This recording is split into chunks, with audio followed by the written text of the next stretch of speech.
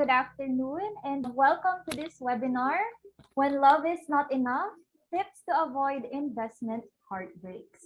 So this webinar is brought to you by Federal Land and FirstMetroSec. So my name is Ayana Pua. I am a licensed real estate broker and a site officer of Federal Land. And joining with us here is Mr. Andoy Beltran, VP and Head of Market Education and Business Development of FirstMetroSec. Hello, Sir Andoy. Yes, good afternoon to our attendees here on Zoom. I think also on Facebook. Good afternoon, Yana, and I'm pumped up. No, I'm excited to facilitate this Valentine's themed webinar for our viewers. So, di ba, when you're in a relationship, no, di ba, you tend to share a lot of things with your partners. So you share your personal life, your personal stuff, even expenses, di ba, on your dates and trips. And these things are so easy to do because of this one word. You trust that person. So you trust that they will eventually return the favor, and you trust that they will take care of your personal belongings. You trust that they are the one. So to the point that even investment, no, ginagawa na rin siyang shared. So either they get an investment that are both in their names, or it could also be just in under one partner's name and another one just shares financially. And yeah, thank you, Yana. Sorry, I wasn't able to unmute myself kanina. Parang may tech problems kanina. But then again, perfect yung sabi mo, no? Parang the reason why FirstMetroSec, the reason why Federal Land came up with this idea is for of course, no. More than 1 year na natin ginagawa tong investor education programs natin, and this time around we chose to make people realize that when it comes to finances, hindi sapat yung pag-ibig, no. Dapat tama yung accounts na binubuksan mo. Dapat sumasang-ayon tayo sa mga legal na proseso, legitimate yung mga pinaglalagyan natin ng pera. At yun yung central figure nitong webinar natin. We're not trying to be sappy, we're not trying to be overly romantic, but at the end of the day, especially when it comes to finances, I think it's a logical statement for us to say that love is really not enough. So, kamustahin naman natin, sir, yung mga audience natin. So we currently have 56 here on Zoom, no? So I want you to answer this question. Nagmahal, nasaktan, nag-blank. So you can type your answers in the chat box. Tingnan natin, pagandahan tayo ng sagot. From Jeffrey Rehuso, nag-Shopee daw siya. Anyone else? Nagmahal, nasaktan, nag-blank. Ikaw, sir. I'm seeing very, very witty responses and very practical responses at that. Merong isa, sabi ni Christine, nagmahal, nasaktan, nag-move on. And this is again the most logical thing to do, no? Ebenezer Ian Higa tells us, nagmahal, nasaktan, nag-invest. Similarly, ganun din yung sagot ni Celestial Del Rosario, nag-invest. Of course, from Lay Magbitang, nag-glow up. Wow. At nag-travel, no? At nag-travel. Roxanne Aquino, of course. Hi, Roxanne. Nagmahal, nasaktan, tapos nag-improve, no? Hindi lang sapat, hindi lang enough for her to move on. Nag-improve. Sa millennial terms, ang tawag nila dito, lalo na if you found somebody else much better than your previous significant other, nag-upgrade, no? So nag-improve. So yan, thank you for sharing your thoughts, your responses. What else? Clarissa, nagmahal, nasaktan, nag-party, of course. Ako isa ko doon sa mga team nag-invest sa stock market. It's very nice to know, no? Parang again, sabi nga natin, every time we talk about love, we talk about being ruled by the heart, no? And isa to sa mga pag-uusapan natin, lalo na sa akin sa presentation ko. Pero yun, I'm seeing very, very wonderful and very practical and very logical responses. Every time you get hurt, there's really no reason for us to, stay down. Kaya nga to, sabi ni Lay, no, nag-blow up, nag-travel, ang dami. Si Jerome, sabi niya, mas gumanda pa. No? So maganda na siya, nagmahal, nasaktan. After niya magmahal, after niya masaktan, mas gumanda pa siya. No? So parang, again, it's a win-win situation when you do something like that, when you choose to do something like that. Okay, so I have another question to the audience then, and you can answer this.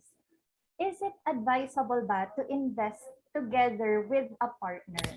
Especially, di ba naririnig natin, minsan na sinasabi, kung ang mag-asawa nga naghihiwalay, no, ang mag-boyfriend-girlfriend pa kaya. So, if you have a partner naman sa mga in a relationship right now, is it advisable to invest together?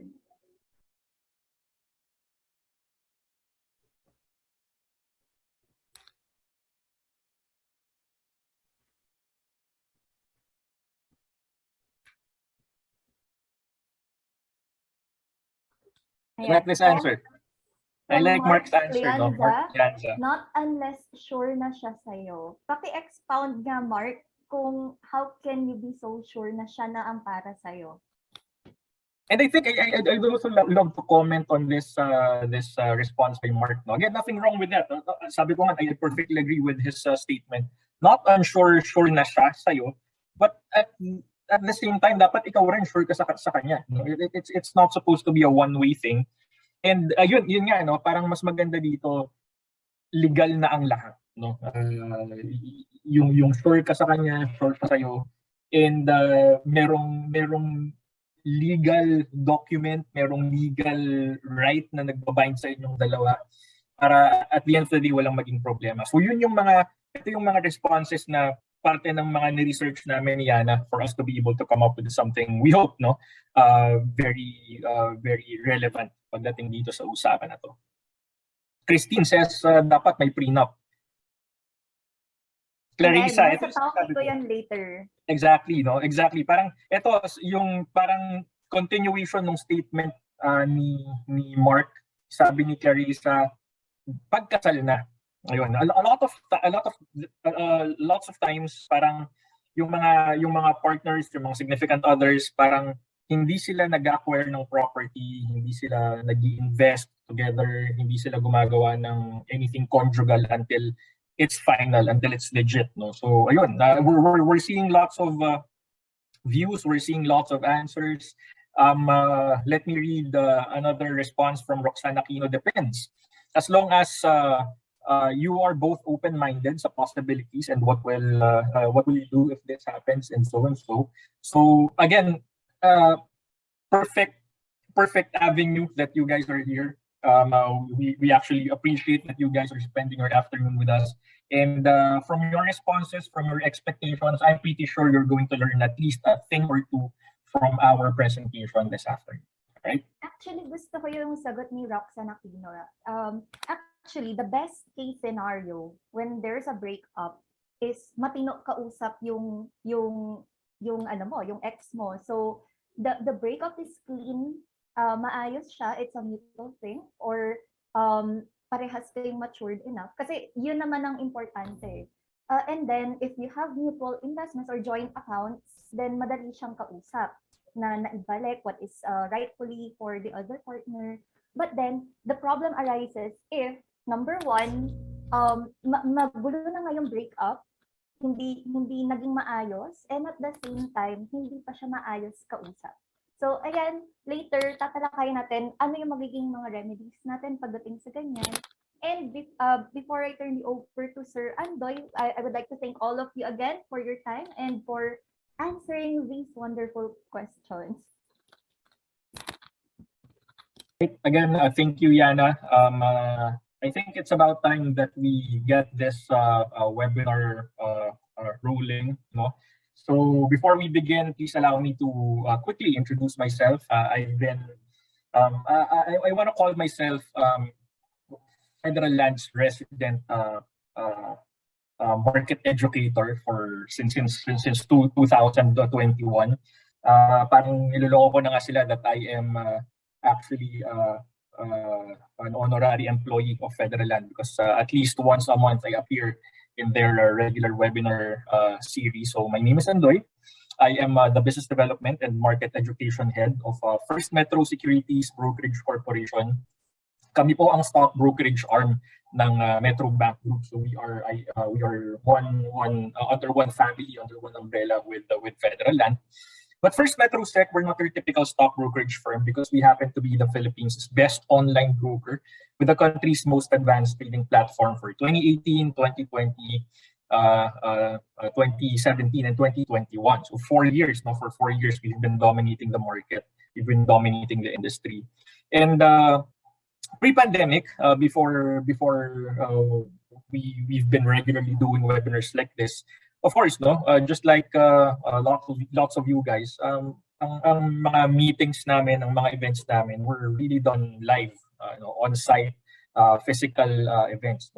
So on a typical day, including Thursday afternoons like this, I pretty much do campus to campus, office to office, island to island, and sometimes even country to country. Talking to people, talking to Filipinos about budgeting, saving, investing, leadership, management, fintech, digital transformation, and lots of other things. But because of the pandemic, I think it's pretty safe to say that you, me, businesses, students, employees, we had to adjust. Employees, some of us had to work from home.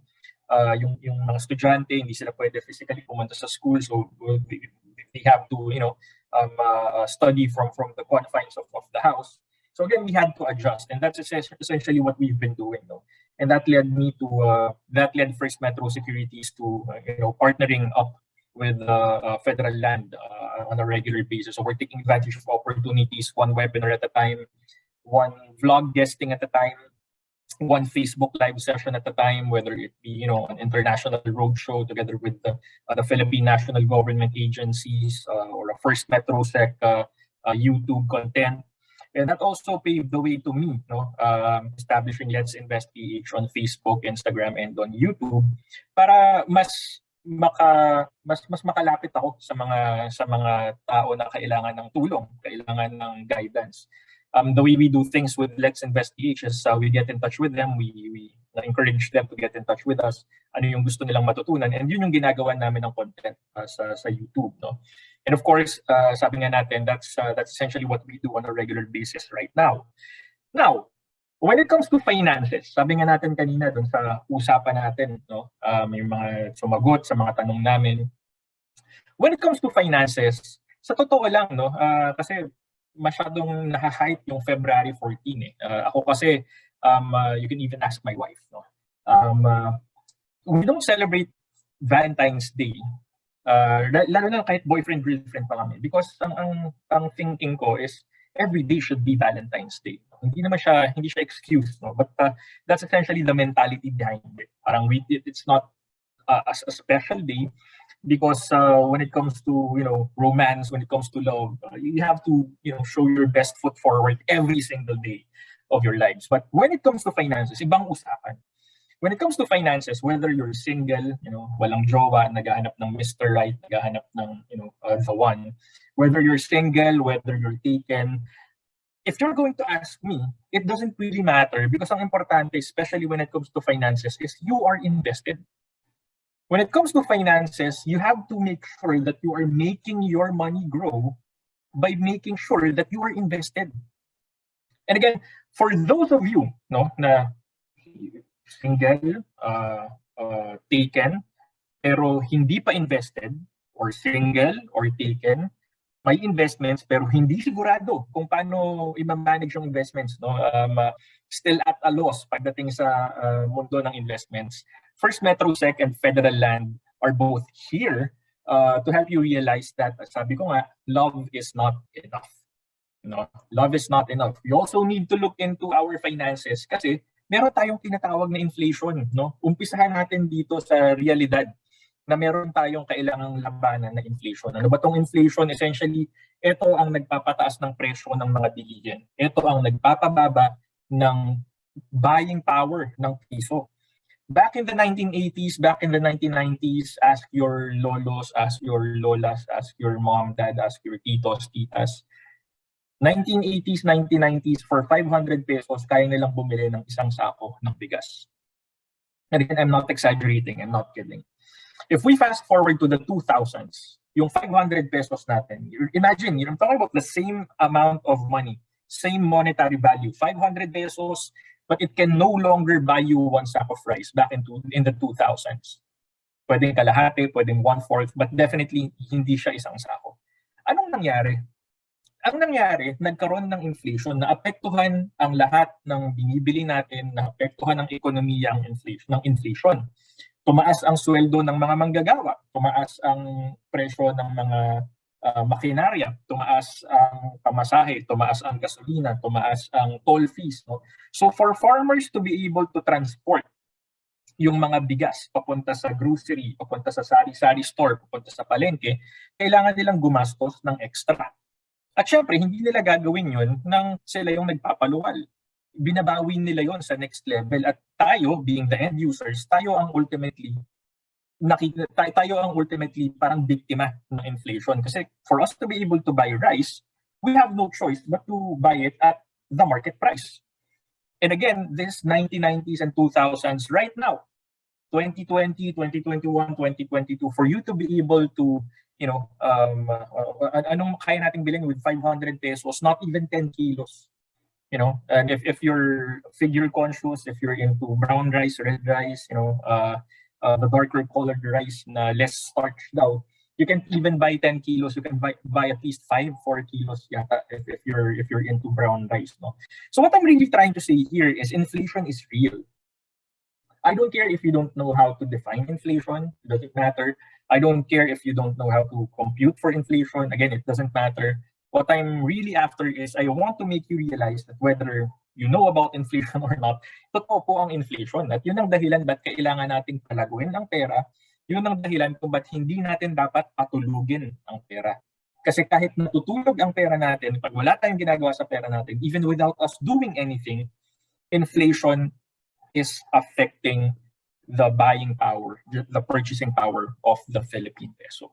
So, as I'm saying, in true, lover boy fashion, in true Valentine fashion, here I am making you realize, here I am trying to make you realize na dapat hindi lang naman yung mga bilihin, dapat hindi lang naman yung mga prime goods and commodities ang nagmamahal. Dapat tayo rin. Pero sabi nga natin, love is not enough.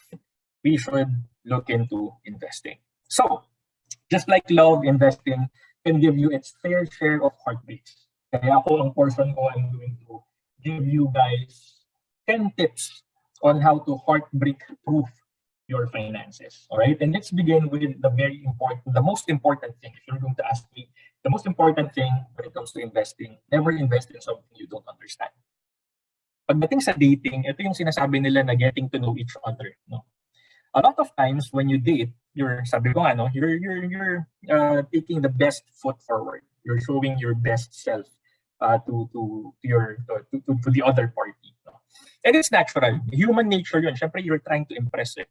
But at the end of the day, it's totally up to you if you on how you're supposed to differentiate yung fine line ng pagpapa-impress at yung totoong personalidad ng tao. Never invest in something you don't understand. Never get into a relationship with somebody na hindi mo pa totally kilala. When it comes to finances, ang sinasabi natin, financial literacy is key.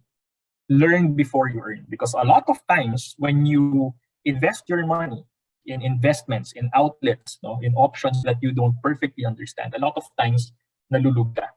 And a lot of times, if you just simply follow the hype, bahala na, yun yung nagiging biktima ng mga investment scammers. Kasi sabi nga natin, hindi mo kilala kung sino yung pinagkakatiwalaan mo, hindi mo kilala kung kanino ka, hindi mo kilala kung sino yung hinihingan mo ng advice when it comes to investments.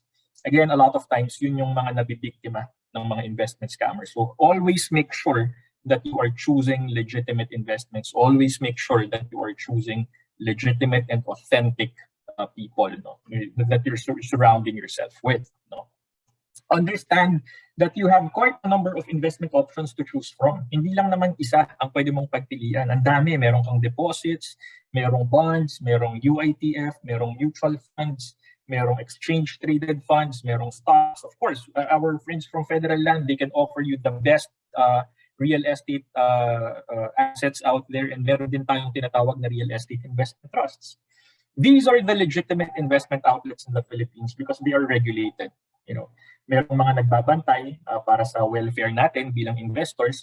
Pag meron tayong reklamo, pag meron tayong sumbong, merong mga government agencies na handa para tumulong sa atin. Nandiyan ang Bangko Sentral, nandiyan ang Securities Exchange Commission, nandiyan ang DTI, nandiyan ang Philippine Stock Exchange. And again, these are the reasons why they are legitimate. Bakit sila pwedeng pagkatiwalaan when it comes to our investments. Ganon din, dapat naiintindihan din natin na hindi naman pantay-pantay ang mga tao. Bilang investors, not all investors are created equal. So it should also follow that not all investments are created equal. Meron silang kanya-kanyang personalidad. Meron silang kanya-kanyang mga strategy sa buhay. Hindi natin pwedeng pilitin yung sarili natin na mahalin ng isang tao na hindi naman tayo talaga nag-drive, hindi tayo nagko-connect. Ganoon din pagdating sa investments, meron tayong dapat intindihin na risk, return, at time horizon features. The higher the risk, the higher the potential return. The lower the risk, the lower the potential return. Ang time horizon, sinasabi lang natin dito, habang tumatagal ang panahon na nag-i-invest tayo, dapat mas lumalaki ang kita natin. At yun ang dahilan bakit tayo pupunta sa tip number 2, how to heartbreak-proof your finances. Don't just jump into the bandwagon. Hindi dahil yung best friend mo, hindi dahil yung office mate mo, hindi dahil yung kapatid mo may jowa, automatically dapat meron ka rin. Again, you have to respect your very own personality. You have to respect your time. Don't just jump into the bandwagon. Don't let peer pressure decide for you. Kapag mayroong mga nag-i-invest na kaibigan mo sa stocks, mayroong mga nag-i-invest na kaibigan mo sa condos, okay lang na magkaroon ka ng interest. Pero again, make sure, babalik tayo sa tip number 1, make sure that you are perfectly literate. Make sure that you understand what you are getting yourself into. Hindi dahil ginagawa nila, automatically dapat gawin mo rin. Ang importante dito is you are making informed and independent decisions.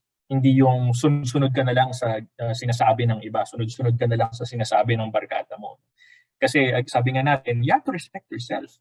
You have to make sure that you are thinking for yourself. You have to make sure that you are thinking for your future, hindi dahil influence ka ng ibang tao.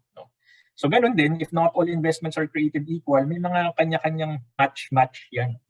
The more conservative investors, for example, ang bagay sa kanila are deposits. And as we go along, as we go more aggressive, doon na nagkakaroon ng mas complex need for you to look into other investment outlets. So for the moderately aggressive and the aggressive investors, that's the time that they can start embracing the complexities of stock market investing, of real estate investing, of real estate investment trust investing.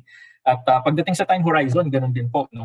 May mga investment outlets na bagay para sa short-term goals, at meron ding mga investment outlets na bagay sa mga medium at long-term goals. Again, dapat match yun. Hindi ka dapat nag-i-invest para sa long-term, tapos ilalagay mo siya sa short-term investment outlet. Ang mangyayari doon is malulugi ka. Hindi lalago yung pera mo based on what you expected na at the end of 5, 6, 7, 8, 10 years. Kaya dapat alam mo kung anong mga investment outlets ang bagay para sa mga short-term at long-term goals mo. At doon mo ilagay yung pera mo for those medium, short, and long-term goals. Sabi nga natin, you can always find your perfect investment match. It's just a matter of researching. It's just a matter of making sure that you understand your options. Which brings us to tip number 3 on how to heartbreak-proof your finances. Guys, don't time the market.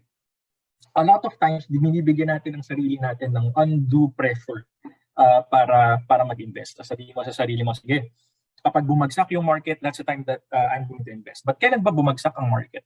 Kailan ba natin masasabi na ito na yung pinakamababang punto ng market? Even professionals like us, even industry experts like us, hindi namin kayang ma-predict yun. May mga times na talaga relatively versus compared to averages, pwede natin sabihin na mababa ngayon, pero there's no telling na baka pwede pang mas bumaba pa bukas. Don't time the market. What I'm trying to tell you guys when it comes to love, when it comes to romance, Huwag mong bigyan ng pressure yung sarili mo pagdating sa oras, no? Dapat by the time I turn 25, meron na akong jowa. Dapat by the time I turn 30, engaged na kami. Huwag mong gawin sa sarili mo yun because again, you're giving yourself undue pressure. Build your portfolio one payday at a time. Get to know yourself one day at a time. Get to know your significant other one weekend at a time, one date at a time. Yun yung importante dito is you're also building patience. Importante rin dito nakikita mo yung consistency. Nakikita mo slowly, one date at a time, every time you go out, every time you see each other, nakikita mo kung ano ba talaga yung mga sensitivities niya, ano ba yung mga gusto niya, ano ba yung mga common denominator sa inyong dalawa, at ano yung mga differences nyo. So again, dun na-establish yung mas malalim na pagkakakilanlan.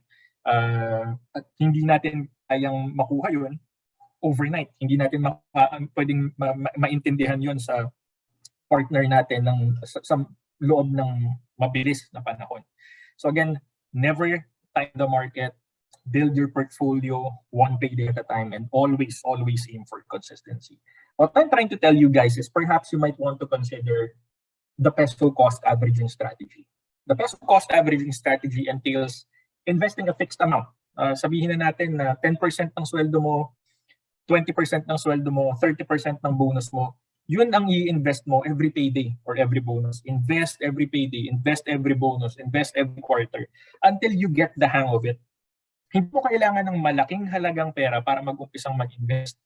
I always keep on telling my clients, I always keep on telling viewers, I always keep on telling followers that, guys, all you need to aim for is consistency, especially when it comes to investing. You don't need to aim for a huge amount of initial capital. Okay lang for you to start investing with a minimum investment for as long as you're going to, top up your investments on a regular basis. And the peso cost averaging strategy is the perfect strategy for you to be able to build on that. No? Which brings us to tip number 4. So again, we're slowly building up, no, papunta sa mga mas mabibigat na usapan. So tapos tayo sa mga medyo basic, tapos tayo sa medyo for starters. Tip number 4, guys, don't let your emotions get the best of you.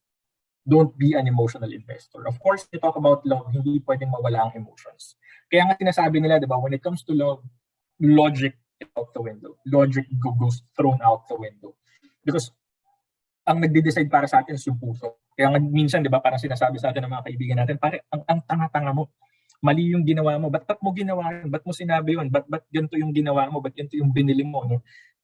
Again, because we're ruled by our emotions. And that's okay because that's human nature. No? Ang importante dito is naiintindihan natin that may mga times na ganun, we can go through phases like that. And yun ang dahilan kung bakit dapat umpisa pa lang, bago pa lang tayo mag-invest, meron ng plano. Kaya nga sinasabi ko sa inyo, no, mas maganda meron kang plano to start small, meron kang plano to invest on a regular basis, at meron kang basihan. At ang basihan natin ay yung peso cost average strategy. Stick to the plan, and most importantly, always let logic rule.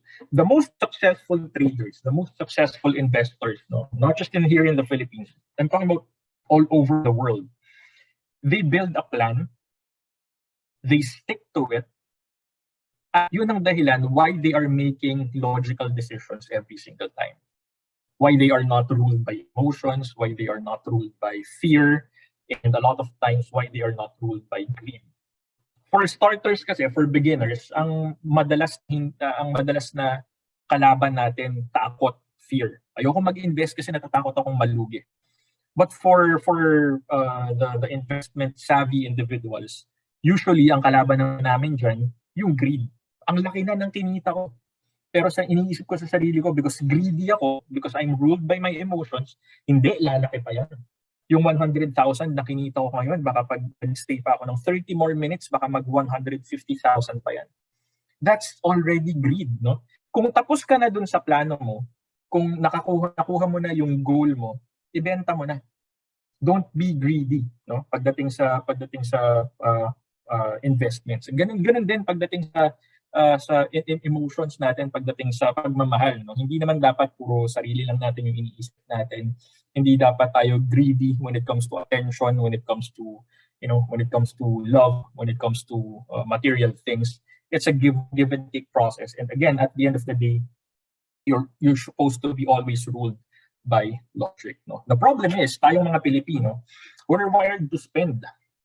Ang iniisip natin, especially growing up, that money is just intended to be spent. Whether you agree with me or not, wala kasing financial literacy sa school. Eh. And again, that's the reason why a lot of times, parang check my calendar, parang ang daming speaking engagement invites ng mga academic institutions, grade school, high school, college, even post-grad courses. They're inviting me over to talk to their students because they want students to understand the importance of financial literacy bago pa man sila magkaroon ng trabaho, bago pa man sila kumita ng sarili nilang pera. And sadly, for most of us, sa age range natin, hindi tayo nakakuha ng ganong opportunity. And that's why we are wired thinking that money is just intended to be spent. Kaya pag meron tayong extra pera, usually, ang iniisip natin, kaya pwedeng gastos ito. Ano kaya pwede kong bilhin dito? And again, that's because of our culture. Lumaki tayo ng ganon. We always think that money is just intended to be spent. We are wired to spend. Hindi tayo lumaki, hindi tayo tinuruan ng financial literacy. Hindi natin alam that when money is budgeted properly, when money is saved properly, when money is invested in outlets that you perfectly understand, money can make more money. That's the most important thing that you need to understand. If we look at money the right way, if we treat money the right way, if we manage money the right way, we'll be able to make our money make more money. Logically speaking, when it comes to making money off of investments, off of a business, off of a real estate property, you buy low and then you sell high. Ganun lang naman siya kadali, It's easier, but it's easier said than done. Alam natin that we make money if we buy something low and sell something high. Pero hindi pa rin natin ginagawa. We're not taking advantage of the opportunity. We're not taking advantage of the crisis that we are in now. A lot of Filipinos are still on the sidelines. They're still not investing. And as we go along, I'm going to make a perfect case why you should consider investing now. Because that's going to lead me to our tip number 5. Guys, ladies and gentlemen, there's no such thing as a fairy tale princess. There's no such thing as a Prince Charming. What I'm trying to say here is always set realistic expectations. Investing is not a fairy tale. Hindi dahil umattend ka ng webinar na to, hindi dahil sa palagi mo financially literate ka na, pag-invest ka, automatically you're going to earn lots and lots of money. When you talk about investing, especially in legitimate outlets, kapag legitimate investment yung pinasukan mo, there will always be risks. Investment scam yun kapag sinabi nila, mag-invest ka dito, hindi malulugi, malaki ang kita natin. Kapag may promise na ang investments, that's the time you start, excusing yourself. Kasi hindi po totoong investments yun. Kapag merong promise, kapag sigurado, a lot of times, that's a telltale sign of an investment scam. Set realistic expectations because when you talk about love, when you talk about investing, they both have their ups and downs. Nag-viral a few weeks ago yung interview ni Christine Hermosa and Oyo Boy Soto. Not that I'm showbiz, but I can perfectly relate. Hindi sinasabi lang nila ang storya lang naman doon is hindi naman araw-araw mahal mo yung asawa mo. Yung sinasabi nila.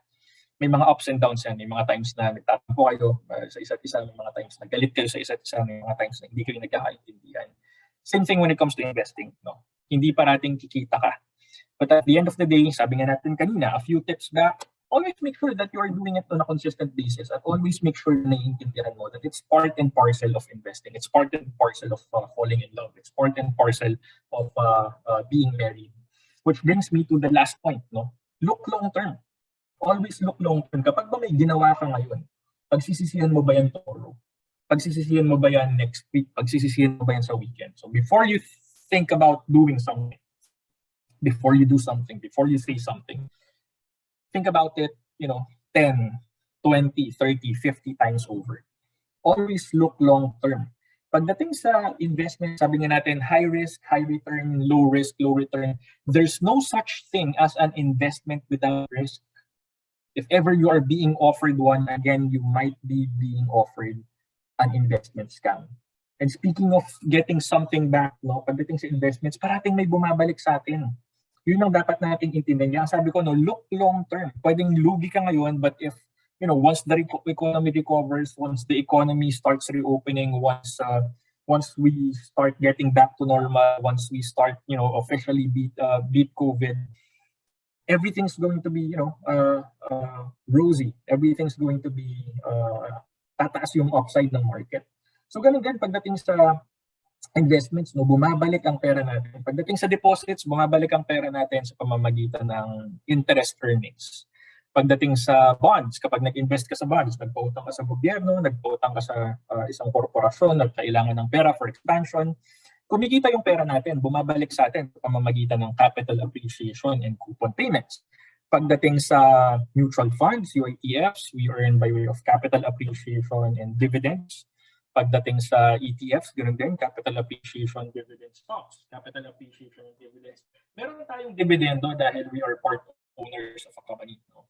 So, ibig sabihin, meron tayong profit sharing dahil pagmamayari na rin natin ng isang korporasyon by investing in stocks, bumabalik sa atin yun sa pamamagitan ng dividends or profit sharing. Same thing when it comes to real estate. Bumili ka ng condo, nag-invest ka ng condo sa federal land, bumili ka from federal land, hindi mo siya tinitiran, pinaparentahan mo siya. During the time na pinaparentahan mo siya, you're getting rental income, you're getting lease income, but without you knowing, pataas ang value ng property mo. No? Same thing when it comes to real estate investment trust. You get capital appreciation and dividends. So, what I'm trying to say here is sa investments, ladies and gentlemen, merong bumabalik. Pero sadly, sa love, minsan walang bumabalik. And yun yung dahilan, no? Kaya sinasabi namin, again guys, sometimes love is not enough. And speaking of getting something back, ang importante din maintindihan natin dito, merong mga nasusulat, no? Meron tayong basis dito sa sinasabi natin. You have a very 90s song, no? Of course, from South Borders, sinasabi there's a rainbow always after the rain. Merong quote na nagsasabi there's always a rainbow after the storm. Merong sinasabi, madalas natin naririnig to, pag meron tayong pinagdadaan ng problema, pari, Andoy, there's light at the end of the tunnel. Or perhaps may naririnig tayo from wise people, from wise men and women. If there's no struggle, there's no progress. Totoo naman. But here I am, telling you that when it comes to investing, and when it comes to taking advantage of crisis, taking advantage of opportunities, ang gusto ko lang namang sabihin is every major economic crisis, they're always followed by a major economic boom. Totoo ba to? Nangyayari ba talaga to? So, for me to be able to prove my point, let me share with you a historical performance of the Philippine Stock Exchange Index. And this is basically the barometer of the stock market and the barometer of the economy. Ang nakikita niyo po, 1987 to February 2022. So very recent yan. Very recent, no? Ang gusto kong sabihin, balikan natin, no? Major economic crisis always followed by a major economic boom. Similar siya, always there's a rainbow after the rain, rainbow after the storm, light at the end of the tunnel. If there's no struggle, there's no progress. Because it's true. 1998, nagkaroon tayo ng Asian financial crisis. Bumagsak ang stock market, bumagsak ang ekonomiya, pero anong nangyari? Nag-recover. 2008, 2009, nagkaroon ng global financial crisis. Bumagsak ang stock market, bumagsak ang ekonomiya, pero anong nangyari? We recovered. 2020, 2021, and even 2022, we are still officially, technically, under a health crisis, COVID-19 pandemic. Bumagsak ng todo ang market March 2020. Pero anong nangyari? We're seeing signs of recovery. Again, hindi pa tayo fully recovered, hindi pa natin fully natatapos yung battle natin against COVID, but numbers don't lie. Charts don't lie. What I'm trying to make you realize here is from 1987, if you're going to look at it again long term, from 1987 to February 2022, from 1987 to right now, the trajectory of the Philippine economy, the trajectory of the Philippine stock market has always been upwards. Right? So as far as performance goes, despite all the financial and health crisis that we've been through, the Philippine stock market's long-term performance basically speaks for itself. And that's why what I'm trying to drive at, guys, is I'd like you to take advantage of the opportunity now. Habang nasa loob pa tayo ng crisis. Kasi kapag natapos na tong battle natin against COVID, kapag tumungtong na tayo sa next normal, a lot of Filipinos, I'm telling you guys, lots of Filipinos, perhaps baka kayo rin, ang sasabihin nila, sayang. Sana pala nag-invest na ako noong 2020. Sana pala nag-invest na ako noong 2021. Sana pala nag-invest na ako noong 2022. And ganun din yung nangyayari minsan pagdating sa pag-ibig. Sa huli, yung pagsisisi. Which brings me to tip number 3. Always set your sights to long term. Love yourself first. People can make money in the short term. Totoo yun. People can also find their significant other in a very short amount of time. Totoo yun. But there are people who end up, finding their significant others through friendship. At yun ang pinaka-importante sa lahat, because nakikita mo na malalim yung foundation, and the foundation, that solid foundation, is built on friendship. What I'm trying to drive at is, we can't give what we don't have. Pagdating sa pera, hindi ka pwedeng magpamana ng pera sa next generation. Hindi ka pwedeng magbigay ng pera sa mga kamag-anak mo. Hindi ka pwedeng magpamana ng pera sa anak at asawa mo kung wala kang pera. Ganun din pagdating sa pag-ibig. How can you possibly love somebody else if you yourself can't love yourself? If you yourself don't appreciate yourself? Love yourself first. You can't give what you don't have. So you start with yourself. Start by having a personal budget. Start by opening a solo savings account. Start by opening an individual investment account. Because again, it all begins with you. It all starts with you. And believe me, perhaps simply by doing this, simply by loving yourself first, simply by understanding that you can't give what you don't have, you'll slowly attract the right people. You'll eventually realize that you are, hanging out with people, like-minded people.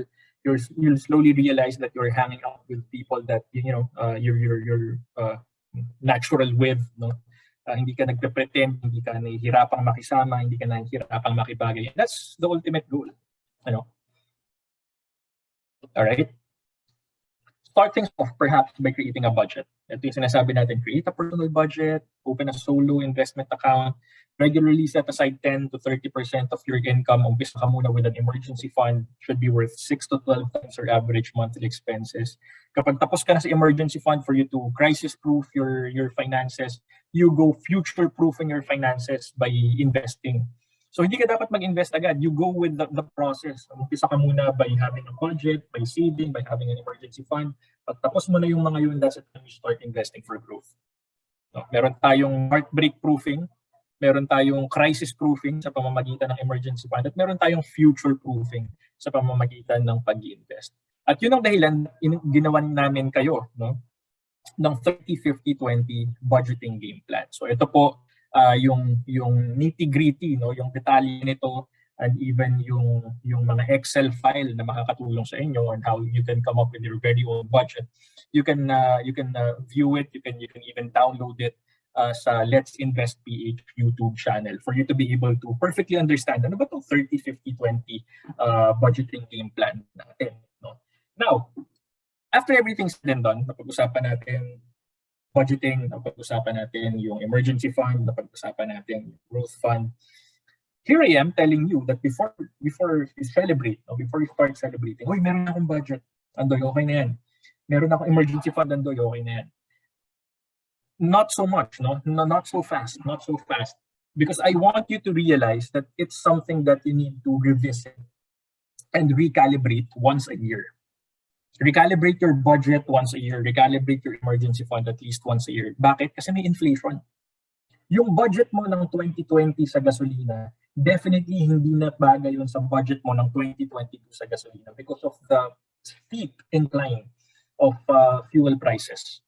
Back in 2020, I can perfectly remember, 28 pesos per liter ang diesel. Right now, the premium variety parang closing in on 65, 70 pesos yata per liter. So that's what I'm trying to drive at. Dapat every year, binibisita mo yung budget mo kasi baka naman yung budget mo na sinusunod ngayon ay budget mo nung single ka pa. May asawa ka na ngayon o may anak ka na ngayon. Dapat tinitingnan mo kung tama pa rin ba yung budget mo based on your lifestyle, based on your situation in life.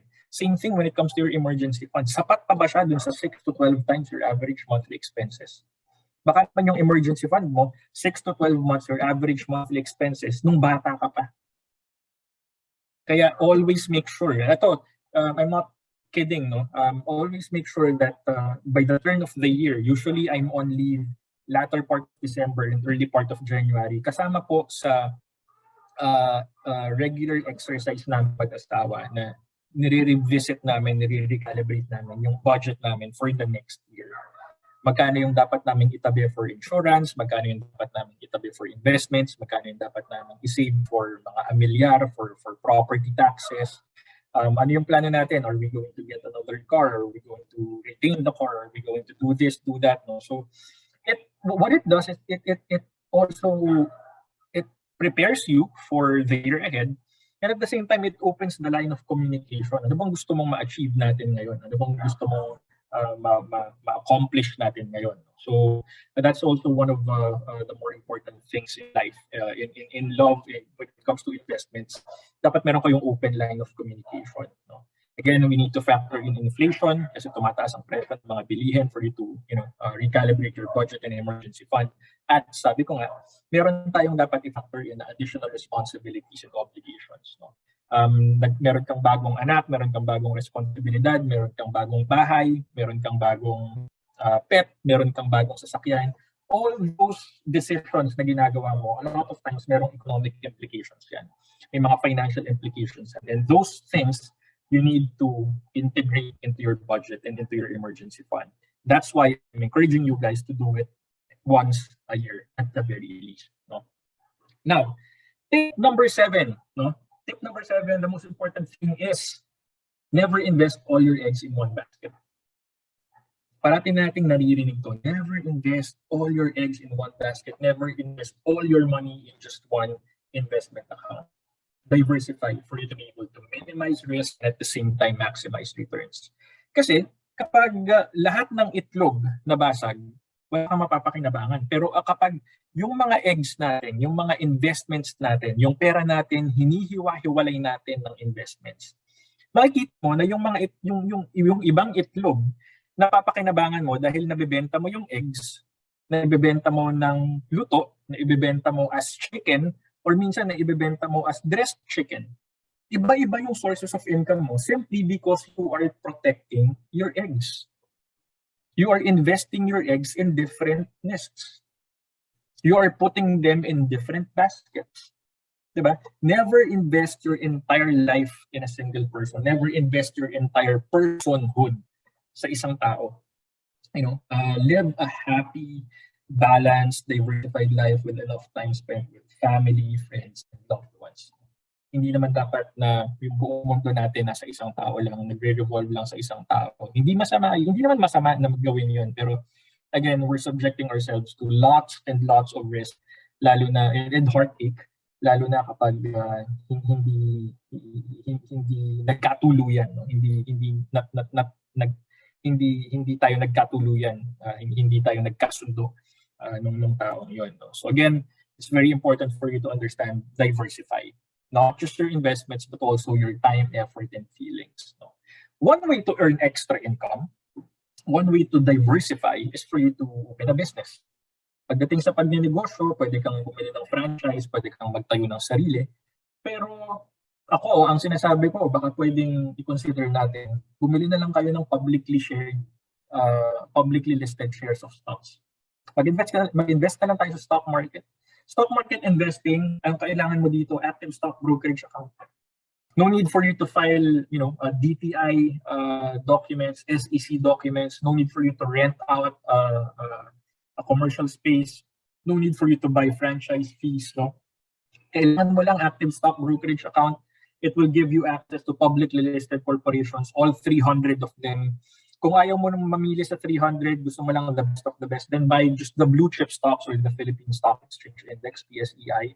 It allows you, sabi nga natin kanina, to earn two ways, capital appreciation and dividends. And most importantly, it's very budget friendly because kailangan mo lang dito, minimum is 5,000 pesos. No? Sabi nga natin, you can start small. It allows you to own a business without having to run a business. And again, the most important thing is it allows you to co-own already successful business for as little as 500 pesos. So, pwede kang bumili ng Jollibee, pwede kang maging co-owner ng San Miguel, pwede kang maging co-owner ng Meralco, pwede kang maging co-owner ng Metrobank, di ba? Simply by opening a stock brokerage account and investing in publicly listed shares of stocks. Another investment outlet that you can consider is perhaps investing sa pamamagitan ng pagpapautang. Diba? A lot of times, hindi natin iintindihan ng mga Pilipino, pwede pala akong kumita, pwede pala akong magpautang, hindi ako namumroblema sa pagpaniningil. No? Ayan po ang option na binibigay sa atin ang tinatawag natin na government at corporate bonds. Kapag nagpautang tayo sa gobyerno para sa mga infrastructure projects, COVID-19 relief efforts, that's government bonds. Kapag nagpautang tayo sa mga korporasyon na nag-expand, that's corporate bonds. No? At ang kagandahan dito, parang stocks lang din, 5,000 pesos, pwede ka na mag-umpisa. No? It provides us with a predictable income stream. Kaya ang tawag natin sa bond market investing is fixed income investments. No? It preserves the capital of your money, your capital, if you hold on to it until it matures. Dalawa ulit, sabi natin, no, ang source ng income mo, price appreciation and coupon payments, regular yun. So kapag nagpautang ka sa gobyerno sa isang korporasyon, every 3 months or every month, depende sa bond, no, binabayaran ka pa konti-konti. Tapos kapag nag-mature yung bond, kung nagpautang ka ng 5,000 pesos nung day 1, ibabalik sa'yo ng buong-buo yung 5,000 pesos na yun when the bond matures. So parang sobrang saya na nagpapautang ka pero hindi ka nagpaparinig sa Facebook. Dahil automatic ang pagbabayad sa inyo pag nagpautang ka sa government at corporate bonds. No? It helps offset market volatilities, lalo-lalo na kung may investments ka sa stocks. At sobrang mura, pwede kang mag-invest for as little as 5,000 pesos at 500 pesos. May mga variants from time to time ang Bureau of Treasury, no? na for as little as 500 pesos pwedeng mag-invest ang mga Pilipino sa government bonds. Tapos, meron din tayong kombinasyon. Dahil napag-usapan natin ang stocks at napag-usapan natin ang bonds, meron din tayong kombinasyon ng bonds at stocks. Ang tawag nila dyan, pooled funds or mutual funds and unit investment trust funds. Again, it's something that you can buy for as little as 5,000 pesos. Very legit for you to be able to understand at tama ba na dito ako mag-invest, legitimate ba itong kausap ko, legitimate ba itong kumpanyang to. Ang pangalan nila dapat nasa sec.gov.ph at bsp.gov.ph. It provides us with instant diversification. Kapag bumili ka ng isang pooled fund, ang laman niyan 10, 20, 30 stocks or bonds or combination of both. Provides us with access to high income outlets. It's very liquid. Ang pinakamaganda dito bilang investors, hindi tayo binabawasan ng capital gains tax. We outsource the decision making to expert fund management. So kapag nag-invest tayo sa UITF at mutual funds, automatically kapag bumili tayo ng pooled funds, merong nagtatrabaho para sa atin na fund manager when it comes to key decisions pagdating sa investments. At sabi nga natin, for as little as 500 or 5,000 pesos, pwede tayong mag-umpisang mag-invest sa bond market. Tapos, meron din tayong kombinasyon ng pooled funds, stocks, at bonds. Ang tawag sa kanya, exchange-traded funds. And in the Philippines, isa lang po ang ETF or exchange-traded fund. It's FirstMetro ETF. It's a very affordable investment outlet. It's super simple. It's very tradable. Pag binili mo ng umaga, kumita ka, pwede mong ibenta after a few minutes, after a few hours, pwede mong ibenta after lunch. It combines the best features of stocks, mutual funds, and bonds. And in the Philippines, no, yung FMETF in particular, kapag binili mo yun, ang di-investan ng pera mo are the best of the best stocks. Blue chip stocks lang. Wala nang iba. So that means kapag bumili ka ng FMETF, at any point in time, your money is being invested in the best of the best stocks in the Philippines for as little as 1,500 pesos. So again, very, very, very affordable, very budget-friendly. At parang sobrang mura niya, sobrang sulit niya dahil you are investing in the best stocks in the Philippines. No? Lastly, para dun sa mga adulting, para dun sa mga gustong pumunta sa next level, no? Parang yung mga inspire sa homebodies, no? Gusto ko na mag-umpisa mag-invest, gusto ko nang bumili ng sariling property, gusto kong kumita ng rental income from apartments, gusto kong magpatayo, gusto kong mag-invest sa real estate. Pero wala pang sapat na pera. Kasi syempre, alam naman natin, for you to be able to build or buy or acquire a real estate property, millions of pesos. No? For the time being, kung gusto mong kumita sa real estate and at the same time mag-invest sa pooled funds, meron tayong tinatawag na real estate investment trusts. And in the Philippines, the cheapest, no, the most affordable real estate investment trusts, kailangan mabibili mo for as little as 3,000 pesos. Ano ba itong REIT? REITs allow us, no, you and me, Filipinos, again, kailangan mo lang dito is a stock brokerage account to buy shares of income-generating real estate properties. No? So malls, office buildings, hospitals, parking lots, industrial complex, even energy stations. Marami ng REITs sa industry ngayon. At ang kagandahan dito is hindi mo kailangang mangutang for you to be able to buy those properties. Very minimal capital requirement, no need for you to borrow, no need for you to take out loans. Instant property diversification. Hindi mo kailangan gumastos sa maintenance, sa insurance, sa renovation. It's professionally managed. Kung sa pooled funds, we are outsourcing decision-making to fund managers. Dito sa real estate investment trust, tatlo ang managers natin. Meron tayong fund manager, meron tayong property manager, at meron pa tayong admin manager na bahala, no, doon sa real estate properties natin. It's very liquid, walang holding period. Again, kapag kumita ka, pwede kang magbenta agad. At ito, pinaka-importante sa lahat, no, ito selling point ng real estate investment trusts. Merong batas sa Real Estate Investment Act na nagsasabi 90%, 90% ng kinikita ng real estate investment trust corporations should be given back to us as investors in the form of dividends. 90% of their income should be distributed to investors. Kung kumita siya ng 100 million pesos, para madali ang math, no? 100 million pesos, kinita niya sa isang taon, 90 million should be distributed back to us investors sa pamamagitan ng cash dividends. At gaano ka-frequent ang pagdidistribute nila ng dividends? Once a quarter. So every 3 months, you wake up in the morning looking forward to a very busy work day ahead. Check mo ng stock brokerage account mo, meron kang extra cash. Pag tiningnan mo kung saan ang galing, nagbigay pala ng dividendo yung real estate investment trust ko. And again, Andoy, how much am I supposed to invest, no? Initially, kapag gusto kong mag-invest sa real estate investment trust, for as little as 3,000 pesos. You may start investing in real estate investment trusts. So again, here I am telling you, maraming investment options. You need to diversify. But in order for you to do that, guys, you can create something out of nothing. Parang kanina, no, sabi ko, you can't give what you don't have. You can't give love if you don't love yourself. You can't give money if you don't have money.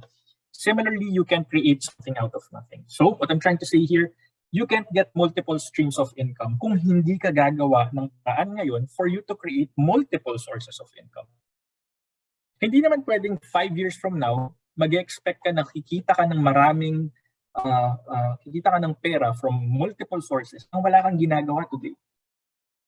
It doesn't magically happen. You need to start doing something now. You need to start investing money now for you to be able to receive multiple streams of income in the near future. You can create something out of nothing.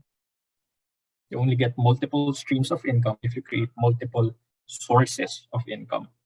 Again, when you talk about income, usually salary yung iniisip natin. Pero pwede ka naman kumita sa pamamagitan ng side hustle, sideline, online businesses.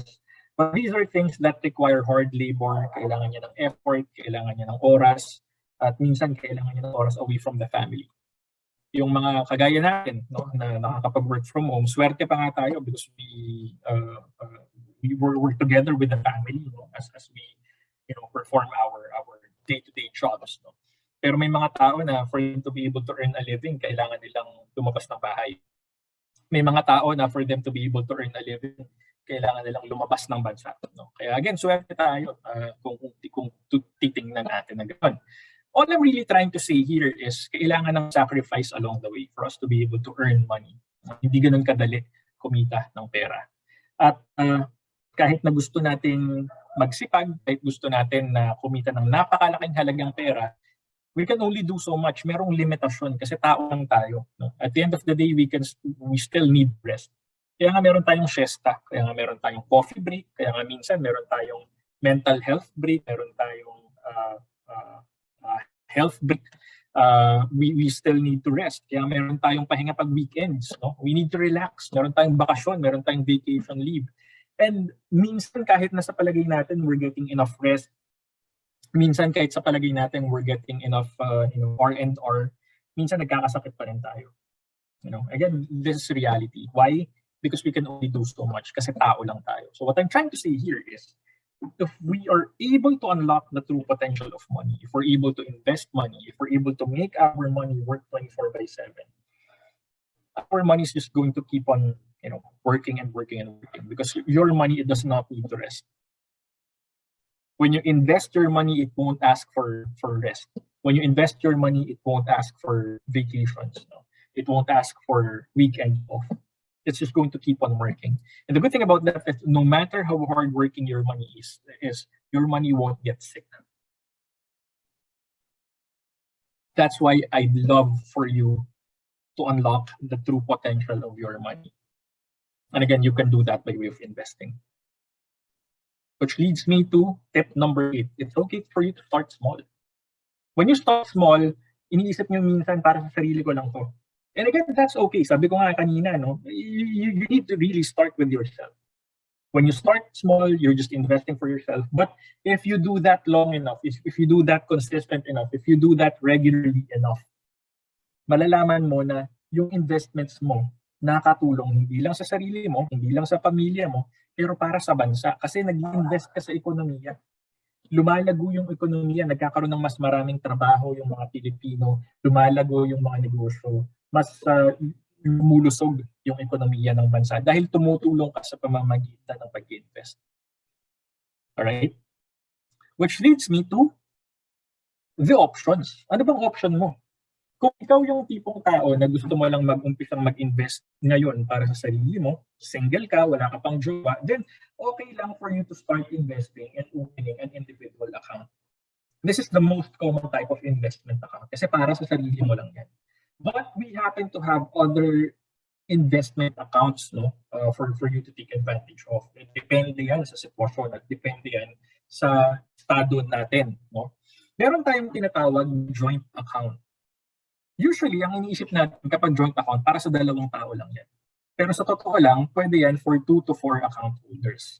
Pwede yung mommy, pwede yung daddy, pwede yung anak number 1 at anak number 2. Maximum of 4 account holders. Dapat dyan, relatives. Dapat relatives yan. Pwedeng pipinsan, pwedeng nanay, tatay, pwedeng asawa, pwedeng magkakapatid. And they are considered co-owners of investment. So equal sila pagdating sa ownership ng laman ng joint account. Ano ba yung mga requirements dyan? Regular requirements, valid ID. Pero dapat, bago ka mag-open ng joint investment account, meron ka rin dapat joint savings account, joint bank account. So kung mag-open kayo ng buong pamilya, dapat meron din kayong joint bank account sa inyong pamilya. Kailangan lahat ng members merong government-issued ID for account holder, dapat merong proof of address, at lahat dapat merong tax identification number. Andoy, legitimate ba yan? Ano bang kontrata na panghahawakan ko kapag meron akong kapag gusto kong mag-open ng joint account, no, pagdating sa investments, of course, meron tayong tinatawag na kontrata at ang tawag dyan ay trading agreement. Diyan lahat ng mga do's and don'ts at mga limitations ng pag-open at pagkakaroon ng isang joint account. Pero, hindi tayo natatapos dyan. Ang joint accounts kasi, dapat dyan legal age lahat ng account holders. So, dapat asawa, anak, of course, yung mga anak dapat of legal age na. Pero kapag meron tayong minor at kapag meron tayong, for example, a member of the family na physically or mentally incapacitated, yung hindi niya kayang magsulat, hindi niya kayang mag-decide para sa sarili niya. Again, realities of life. No? Meron tayong tinatawag na in-trust account. Ang in-trust for account, hindi naman account holders ang tawag talaga dito. Kaya nga in-trust for, no, pinagkakatiwala para kay. Meron tayo dito dapat 1:1 na ratio. 1 guardian is to 1 minor per account. And when you talk about minor, hindi lang to ibig sabihin na minor pagdating sa age. Sabi nga natin kanina, minor, pwede rin consideration dyan yung mga physically at mentally incapacitated. Kapag sa minor na age, ang guardian as much as possible relative. Lolo, lola, kapatid, nanay, tatay. Pero kapag physically at mentally incapacitated, minsan, lalo na kapag ang pamilya noon nasa ibang bansa, no, malayo, hindi maalagaan, dapat ang guardian ay court-appointed. No, court-appointed guardian. So isa yun sa mga requirements. Kaya pag-usapan natin ang mga requirements ng interest for account. For you to be able to open an interest for investment account, dapat meron ka ring interest for bank account. So for example, Andoy, Beltran, and Pietro Beltran, dapat meron akong interest for account with the bank for me to be able to open an interest for account with an investment firm. No? Ang kailangan kong provide for me to be able to open an interest for account with my son is either his birth certificate or perhaps his passport. And then ako bilang guardian, I need to provide the investment firm with my government-issued ID or perhaps court-issued guardianship documents. No? So kung ang minor ay hindi ko anak, if I'm a court-appointed guardian. Tapos yun, of course, proof of address and tax identification number of the minor. So kailangan ipag-apply mo ng tax ID number or TIN yung minor if you're opening an interest for account. And similar to joint accounts, meron ding kontrata, no? Merong legal binding document na i-issue at pipirmahan when you open one. At ang tawag sa kanya again is a trading contract or a trading agreement. So yun. Sinasabi ko nga, no, hindi lang naman limitado ang pag-i-invest para sa sarili. Pwede kang mag-invest together with your kids, together with your loved ones, together with your family. Pwede ka rin mag-invest at pwede kang mag-open ng interest for account for minors, for mentally and even physically incapacitated. But ultimately, ang sinasabi natin dito, love is not enough because you need to go through the entire process. You need to go through and submit all these requirements for you to be able to formalize an account with your loved one. Now, back in the day, for you to be able to open an account, whether single individual account or joint account or interest for account, masalimuot.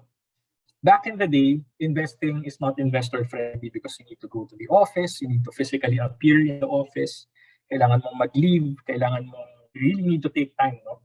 For you to be able to open an account. You need to fill out physical forms and ultimately, more importantly, napakamahal ng initial investment. That's why back in the day, the rich are the only ones get richer. But today, investing is super easy. No? Ang pag-open ng investment account yan, even 24/7. Even OFWs pwedeng mag-open ng account dito sa Pilipinas. And for them to be able to do that, paperless submission of documents, online, diba? At pinaka-importante sa lahat, budget-friendly. Sabi nga natin, 5,000 pesos stocks, mutual funds, real estate investment trust, 3,000, di ba? So, napakamura, napaka-budget-friendly na ng investment options natin ngayon. Kaya kung tatanungin niyo ako, wala na talagang excuse, no, for us why we're not going to start investing.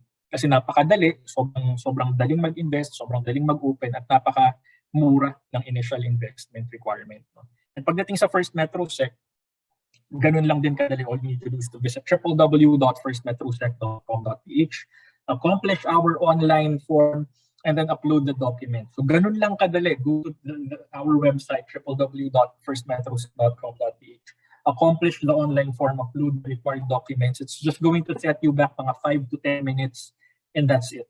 Ang pinaka-importante sa lahat, especially to our viewers here on Zoom, to our viewers on Facebook Live, when you get asked by the system, no, how did you learn about us?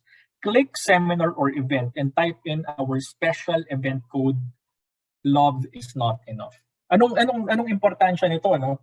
If you're able to successfully open your account using this promo code, this event code, we will be waiving your video interview requirement. Makakapag-open ka ng account online, paperless. You just need to submit your requirements online. Wala kang kailangan puntahan na office namin.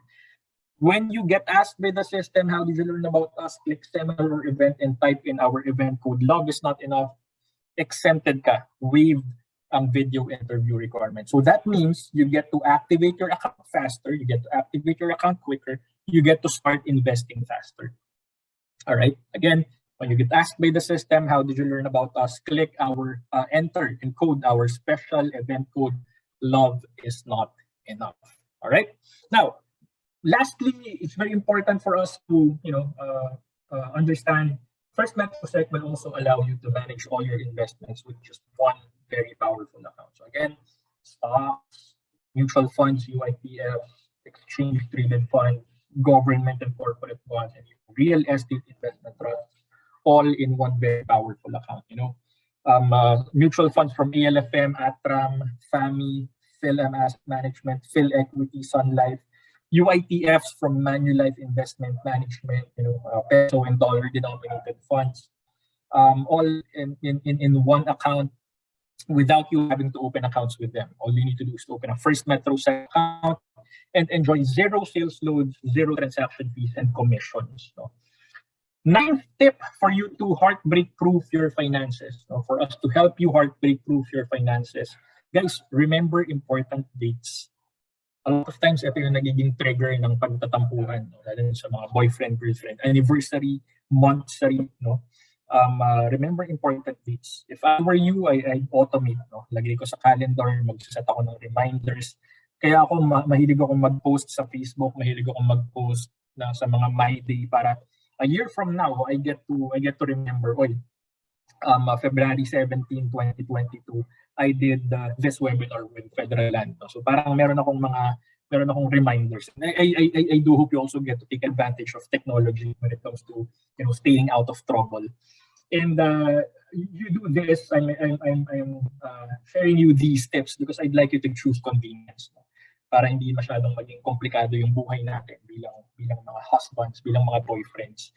So remember important dates, automate, make yourself remember important milestones, choose convenience. And when we talk about automating, we talk about choosing convenience, we have the voluntary investment program to automate your investments for as little as 1,500 pesos. So pwede ito for individuals, pwede ito for couples, pwede ito for employees, pwede ito for corporations. We choose convenience because we have an artificial intelligence doing charting for you, technical analysis for free, on demand, and real time. Choose convenience by opening our research reports for your fundamental analysis every day, every week, every month. It gets updated. Choose convenience with our on-the-go trading app. Most advanced trading app in the Philippines in FirstMetroSec, something you can download for free, whether you're running on Android or iOS. Choose convenience by maximizing your profits and minimizing your risk with our conditional orders. Choose convenience by funding your account online with our various funding partners. Everything's online and again, completely paperless, hassle-free. Again, when you talk about market education, everything is there in our YouTube channel. So please do subscribe to our official YouTube channel, First Metro Securities. And idamay nyo na rin yung YouTube channel ng Federal Land Sales Team. And of course, my very own Let's Invest PH YouTube channel para Message nyo ko kung anong gusto nyong matutunan. Kung wala pa dun sa mga videos namin, and then that's the content I'm going to come up with, especially for you. No? Now, of course, we talk about friendship, when you talk about dealing with others, learning from others, we have exactly that for you. So you may scan this QR code for you to be able to join our official Viber community. Kung ayaw mo sa Viber, we have a Facebook community for you to be able to learn from others, for you to be able to ask your questions, and for you to be able to enlighten yourselves better when it comes to anything and everything investments. Of course, that's me and my team, and we offer you guys market education programs, the world-class, customized, even gamified. So if you would like to invite us over to talk to your community, to your organization, to your office mates, to your students, we are just one email invite away, marketeducation, firstmetrosec.com.ph. Again, we're everywhere on social media, Facebook, Instagram, Twitter, YouTube, and Viber. And lastly, sabi ko nga sa inyo, 10 tips. No? So there's the last tip. Guys, I want you to stop spending your feelings. Stop wasting your time. Stop wasting your energy. Stop wasting your effort. Stop wasting your money on the wrong one. Save your love for the one who's worthy investing your life with. And you can avoid investment heartbreaks by being wise when it comes to your money. Because if you keep on spending money, especially on unnecessary stuff, you're just going to keep on losing money. But if you see to it that you invest your money in outlets you perfectly understand, sabi nga natin, yung first tip, don't invest in something you don't understand. If you keep on investing, even if it's just a small amount of money, for as long as you do that consistently, for as long as you do that regularly, you'll eventually realize that you are, whatever it is that you're doing, it will get you one step closer, one payday closer and closer and closer to your dream goals. With your family, with your significant other, with your future family. If you're going to keep on, doing that one small step at a time, one small amount at a time, will lead you closer and closer and closer to what you really want in life. And perhaps this is also going to lead you closer and closer and closer to finding your perfect investment match. So again, to our viewers on Facebook and to our participants here on Zoom, maraming salamat po for attending, and that's been Andoy Beltran from FirstMetroSec. And I now turn the floor over to Yana for Federal Lands presentation, and I'm going to be back sa question and answer portion. So again, maraming salamat po, and I do hope you were able to learn a thing or two from my topic, how to heartbreak-proof your finances. All right. Thank you so much, Sir Andoy. Ayan. So, if you have any questions, guys, you may type them anytime into the chat box, and we will answer them later on during our Q&A. Alright, so gusto ko yung mga sinabi ni Sir Andoy, tips on how to heartbreak-proof your investments. So, kanina, diba, we had this question, and you guys had this beautiful answers wherein you can, you have to make sure na siya na talaga sure ka doon sa tao na pag-i-investan mo, and at the same time, yung dapat may prenuptial agreement. So today, I'll be discussing about property ownerships naman before and during a marriage and after a separation. So again, my name is Ayana po. I am the site officer of Federal Land, and I am also a licensed real estate broker by profession. So I've been in the real estate industry for 10 years, but it goes way back because my family has been involved in real estate activities ever since I can remember. So my parents, they developed residential apartments for rent.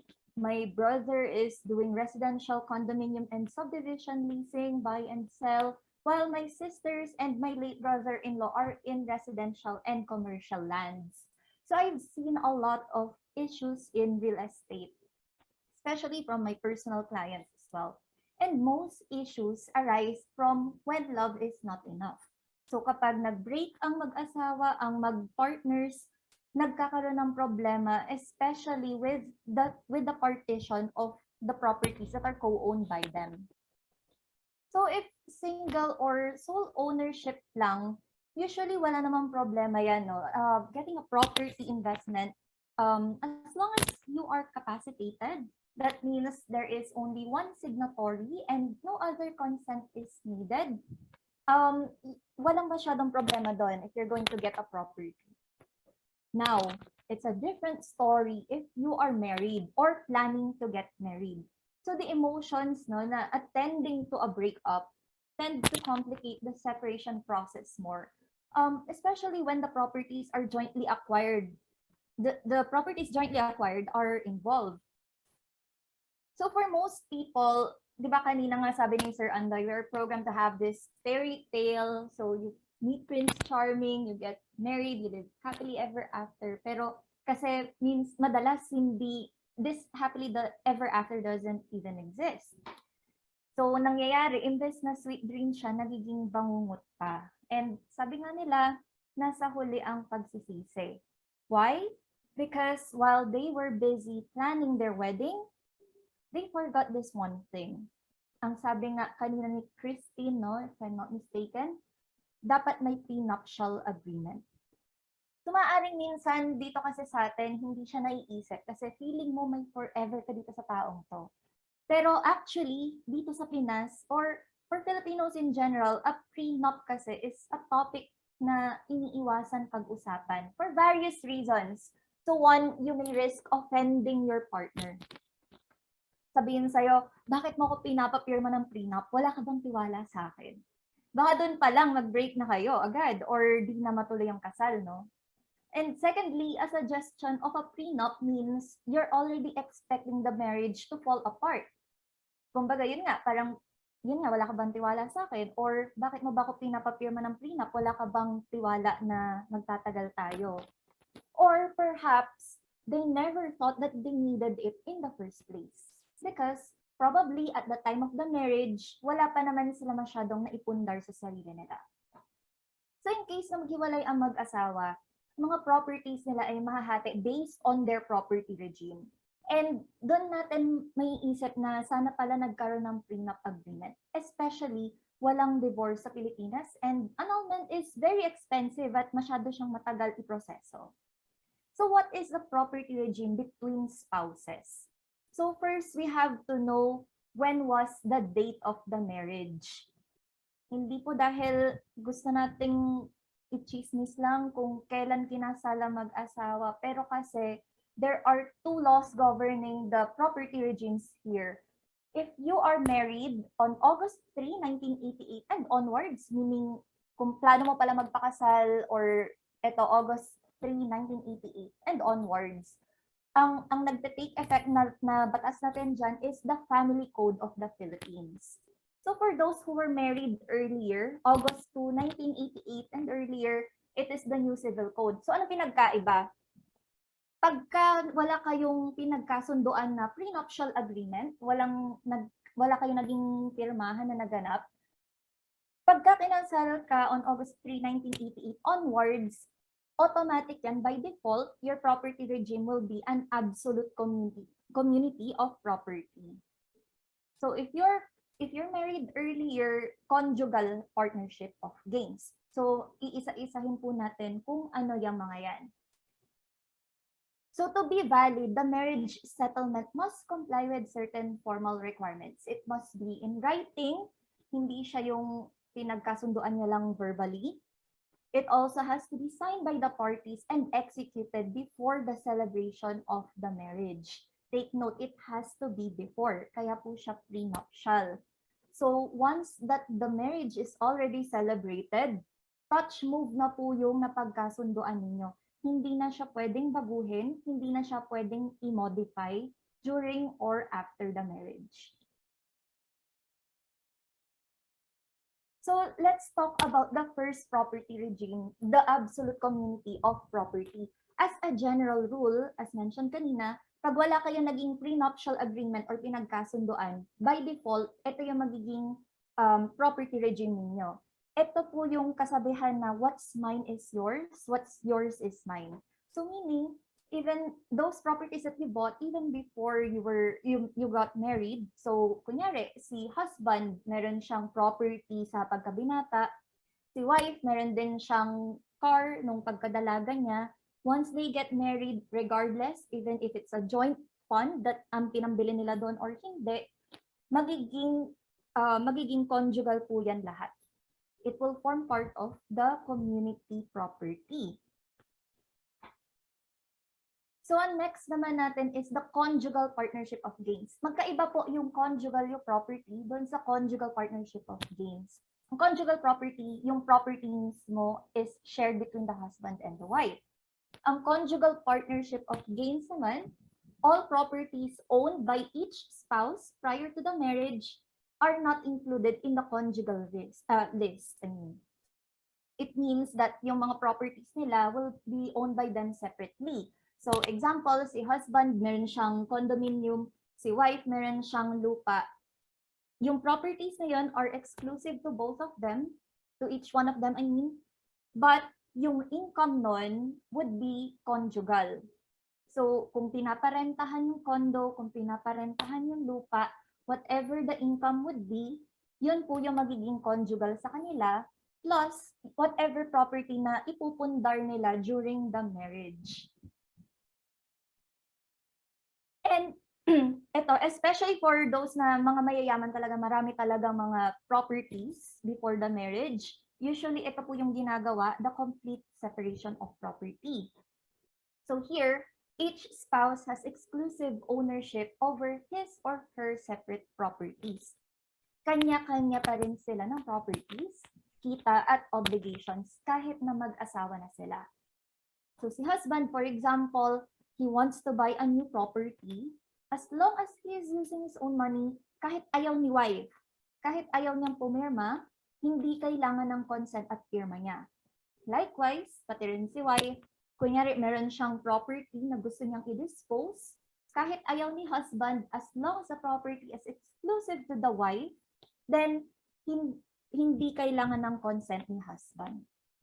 Pwedeng total separation, pwede ring partial. Now, for partial, the properties that are not agreed upon as separate will be conjugal between them. So those are the three property regimes for spouses during the marriage. So now, paano naman yung mga live-in partners? Yung hindi sila kasal. So yes, meron din po silang property regime as long as meron tayong mga prerequisites dito ha. So for live-in partners, they have to be acting as husband and wife, pero hindi sila kasal. And dapat wala rin silang legal impediments to marry. Meaning, they are both capacitated naman to marry, they just chose not to. So here, kunyari, si Kai, si lalaki, meron siyang property na binili, then definitely the title would say that he is single. Kasi hindi nga sila kasal.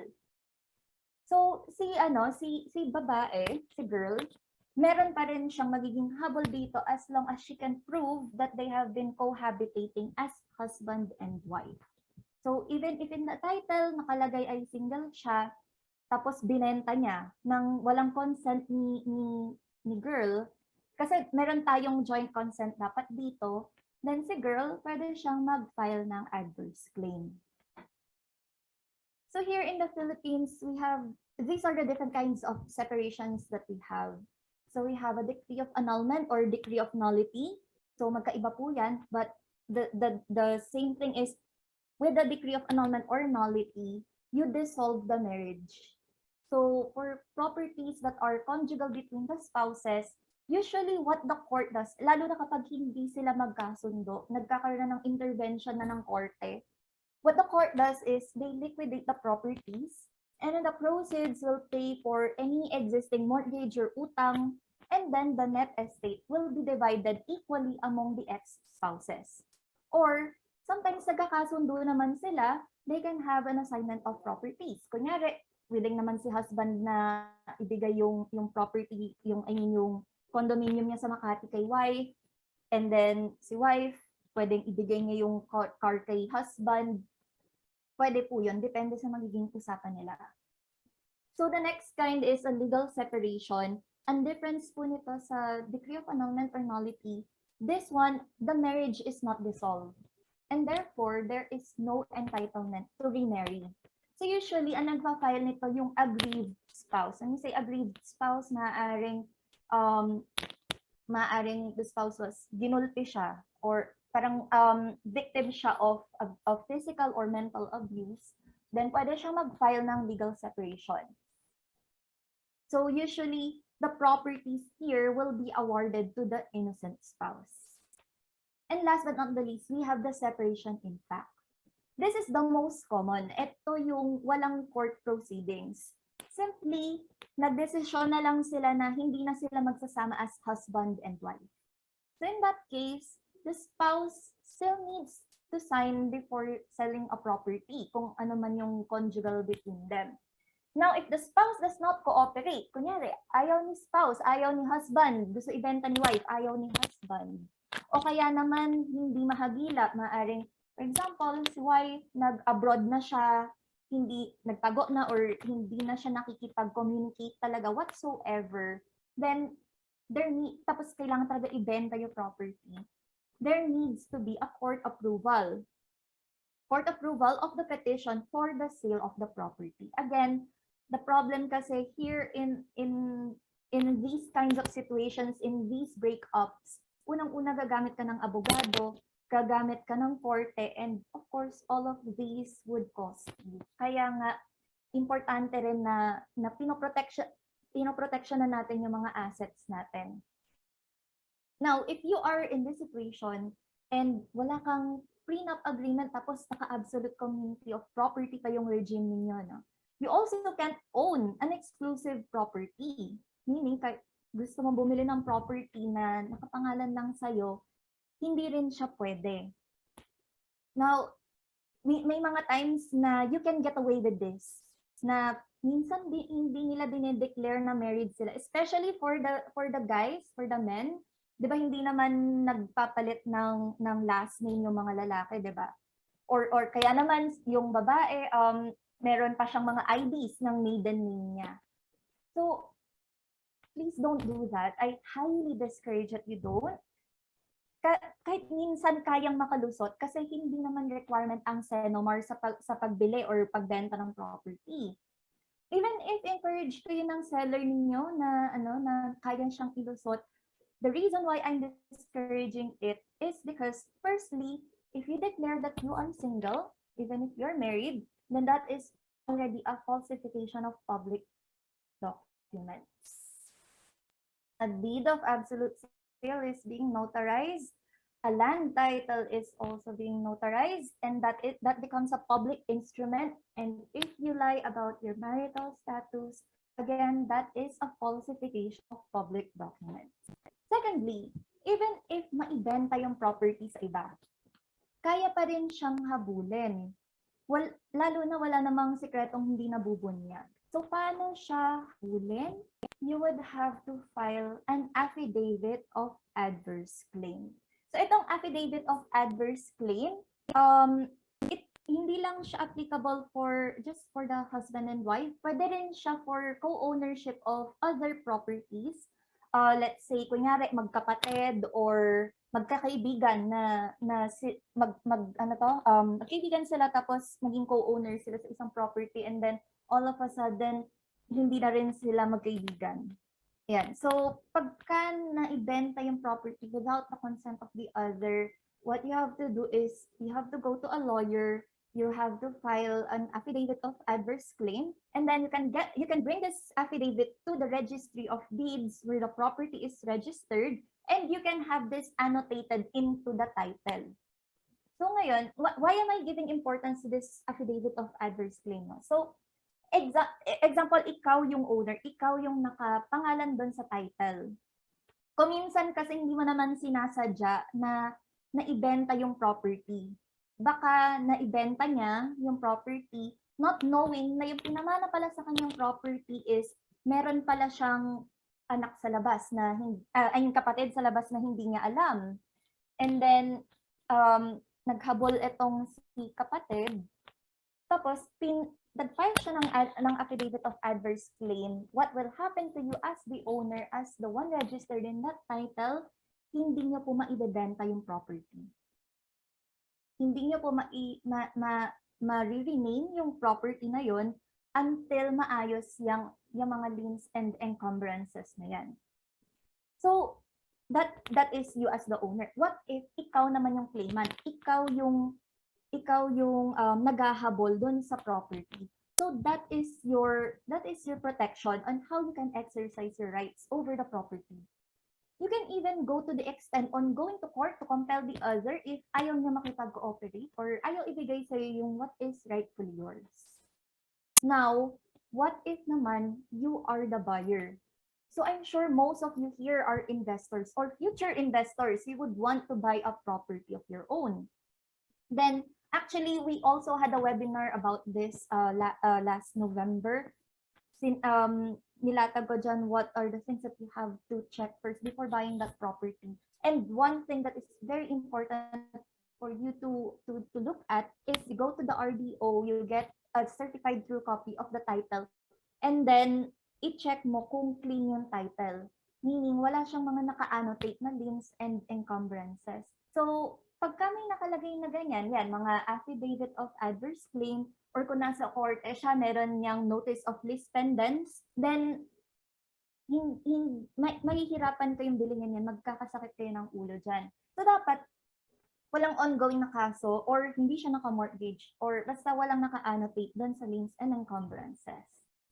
Okay, so usually these adverse claims are common sa secondary market. Meaning these are the resale properties. Yung mga meron na may-ari tapos binebenta nila yung property na nila. Hindi naman lahat merong annotations, but most commonly doon siya nakikita. Now, if you are the buyer and you don't want the extra hassle of checking if the property has an existing case, I highly suggest that you get one from the primary market, either ready for occupancy or a pre-selling unit, as long as you get it from a reputable developer. So just like how you have to choose your lifetime partner wisely, you have to choose where to invest your hard-earned money. Dapat kinikilala natin na mabuti kung sino at ano ang pinag-i-investan natin ng time and money so we can avoid an investment heartbreak. Now, allow me to introduce you a company that you can trust full-heartedly, which is Federal Land. And of course, I will give you a brief background as to why. So Federal Land is one of the fastest growing real estate developers in the country. Federal Land holds a legacy of personifying and reshaping the skyline of key cities in the Philippines with iconic structures and world-class standards for over 50 years. So why should you choose Federal Land? Firstly is its financial stability and industry track record. Federal Land is a member of GT Capital Holdings, one of the largest business conglomerates in the country with a market capitalization of 3.5 billion US dollars. GT Capital Holdings owns market-dominant businesses in the under-penetrated sectors of the economy, such as in banking, we have Metro Bank. In automotive, we have Toyota. In property development, there's Federal Land. In life and general insurance, we have AXA. And infrastructure and utilities, Metro Pacific Investments. Secondly, Federal Land has a number of prestigious global brand partnerships for its various property developments and reinvents the standards of project planning and development with innovative technology. Federal Land delivers real estate projects that are of world-class standard in design and structural durability, thus this partnership with the experts in the industry. We work with international best-of-class brands in construction and architectural design. Federal Land have increased in value significantly since launch, particularly in the BGC Taguig and Macapagal Bay area, by 130 and 260% respectively. Historically, real estate project values have grown consistently throughout the years and continue to do so, making real estate the best investment option despite the economic or pandemic situation. And lastly, Federal Land has an extensive project network with 20 active residential projects. It takes pride in its business development program, which focuses on building properties in prime locations with high market value growth potential. We have townships or integrated communities of residential, commercial, and office developments.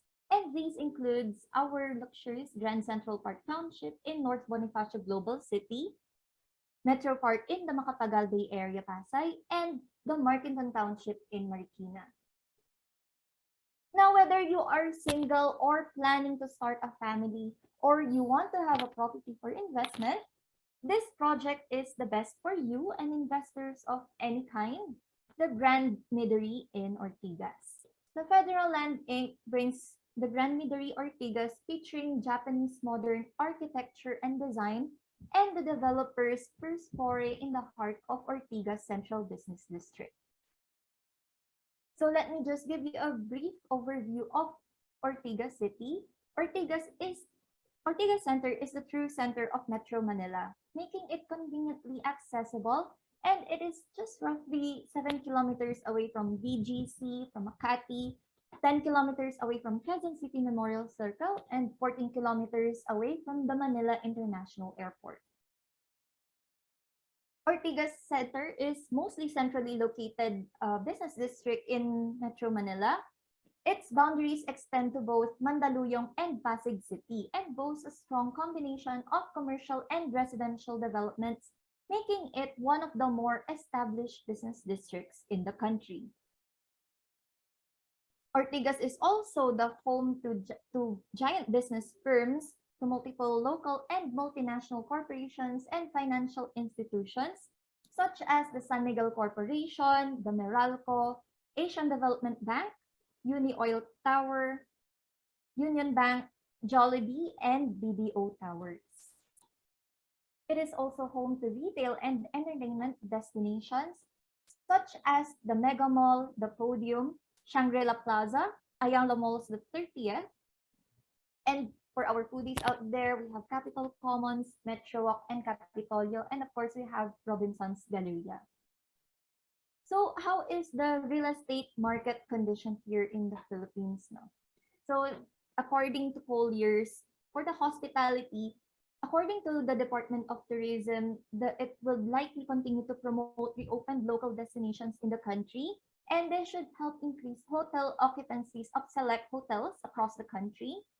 As for our retail, there has been a steady recovery in foot traffic for both the food shops and retailers, as the Department of Trade and Industry records consumer traffic of between 50 to 80% pre-COVID levels.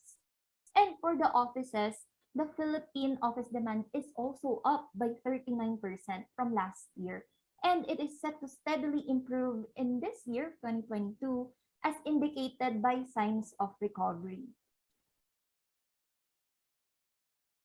So the Grand Midori Ortigas is actually a sequel from the success of one of our projects, the Grand Midori in Makati. So the Grand Midori Makati is the first joint venture of Federal Land Inc. with Orix Corporation of Japan. It is the first Japanese-inspired condominium project in the country. It was 80% sold in just 2 years, and it was built with reliable building construction, meticulous planning, premium finishes, and relaxing amenities. So as for the Grand Midori Ortigas, we usually abbreviate this as PGMO. So para madali siyang matandaan why you should invest in the Grand Midori Ortigas. So let's say T stands for Tange and Associates and Japanese Inspired Living. So as for the conceptual design, we partnered with Tange and Associates. They are the world-renowned Tokyo-based Japanese architectural firm known for combining the traditional Japanese artistry with modern perspectives. Their notable projects include the Tokyo Metropolitan Government Building, the Yoyogi Gymnasium, and the Shinjuku Park Tower in Tokyo, Japan. And of course, they are also behind the Grand Midori in Makati, Federal Land's Zen-inspired sanctuary located at the country's leading central business district in Makati City. So next, G stands for Green Sanctuary. Midori literally translates to green, and green is the color of fresh shoots, new leaves, or young plants. It also connotes beauty and creativity, which describes our residential condominium project in Ortigas perfectly. So just to show you how we incorporated these green features into our amenities. So these are our artist perspective of the outdoor amenities. We have landscape areas. We also have exercise lawns, jacuzzi, a lap pool, raised sittings, and children's play area. This is why I mentioned earlier that the Grand Midori Ortigas is also perfect for those who wants to start a family. And as for the indoor amenities, you have multi-purpose room, a fitness area, a yoga room, game room, a tutoring room, conference room, and again, another children's play area. Now, M stands for midpoint. As mentioned earlier, Ortigas is the true midpoint of Manila. And this is evidenced by the ongoing infrastructure projects that is making Ortigas more accessible to other cities. So firstly, we have the BGC Ortigas Road Link. This was just finished just June of last year, and it cuts travel time from Capitolio to BGC in just around 8 minutes. And just at the end of that bridge in BGC side, you also have Federal Lands Township called Grand Central Park, which houses the Grand Hyatt Manila Hotel and Federal Lands luxury projects such as the Grand Hyatt Manila Residences and the Seasons Residences. We also have two stations near the Grand Midori Ortigas. We have Ortigas North and Ortigas South for the Metro Manila subway. It is the country's first subway system. It is a 35-kilometer railway system from Valenzuela to Parañaque City with a connection to the NAIA, the Manila International Airport. And we also have these Ortigas Greenways. These are bridgeways connecting Robinson's Galleria to Meralco Avenue with connections through MRT Ortigas Station and SM Mega Malls. These are also the nearby establishments. There are several healthcare facilities, malls, schools, and places of worships. And now for all, we have these offerings. So the Grand Midori Ortigas make sure that the building is equipped with safety and security features, convenience and services, and the back of house facilities with existing provisions for the other unit features.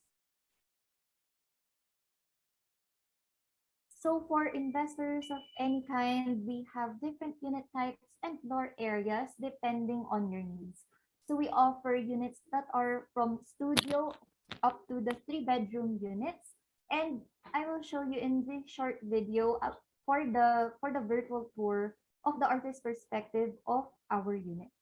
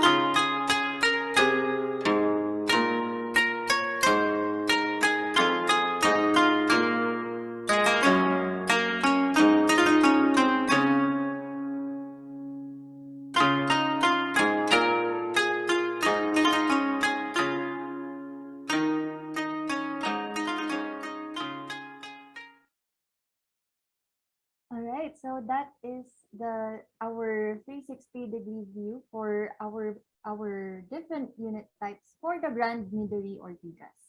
So for more details on the Brand Midori Ortigas and for the latest promos and payment terms, you may ask your respective federal land sellers or brokers.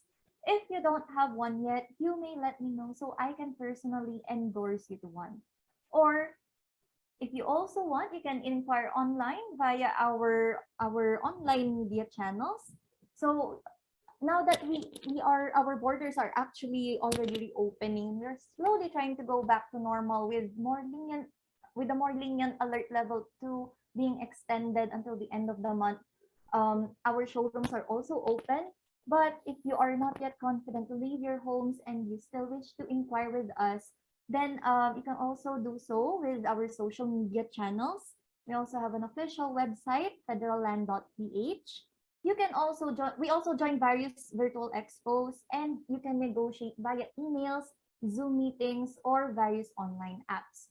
Just ensure that you are dealing with legitimate and licensed real estate professionals to ensure na hindi kayo maluloko at hindi kayo heartbroken with an investment scam.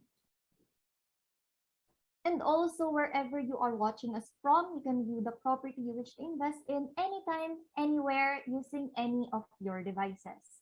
Federal Land has a 360-degree virtual tour, which you can access through the Federal Land official website. You can also go to federalland.ph/360-virtual-tour. And you can also reserve your property at the convenience of your homes. Federal Land accepts the traditional cash, checks, and over-the-counter bank deposits. Now we also made it even more convenient with online bills payment, online bank transfer, GCash, and credit card online. All right, so that is it for Federal Land. And may I also invite Sir Andoy back here so we can check if we have questions. Ayan. Actually, also, we have a question na pala, no, from Christine. So it says here, Christine says, if the couple was married after August 3, 1988, and they break up afterwards, they are allowed to choose from among the 3 regimes kung alin ang gusto nilang mag-apply sa properties nila. How do they put in writing that they prefer one particular regime? And do the regimes apply in the case of separation impact? Okay, first question, if the couple was married after August 3, then the question is, do they have a prenuptial agreement?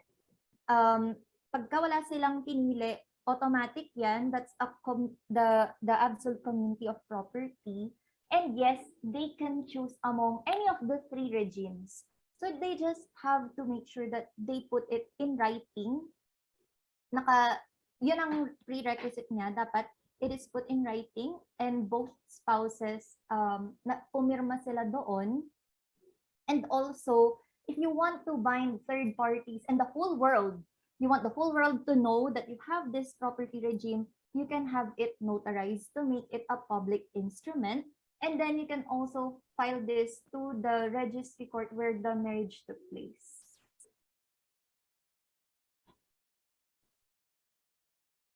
And do the regimes apply in the case of separation in fact? So, when you're in a separation in fact kasi, ito yung kasal pa rin kayo but then nag-break lang kayo or hindi na choice niya na lang talaga na hindi magsama. And this, as I mentioned kanina, usually ito yung pinaka-common kasi unang-una, annulment is very expensive.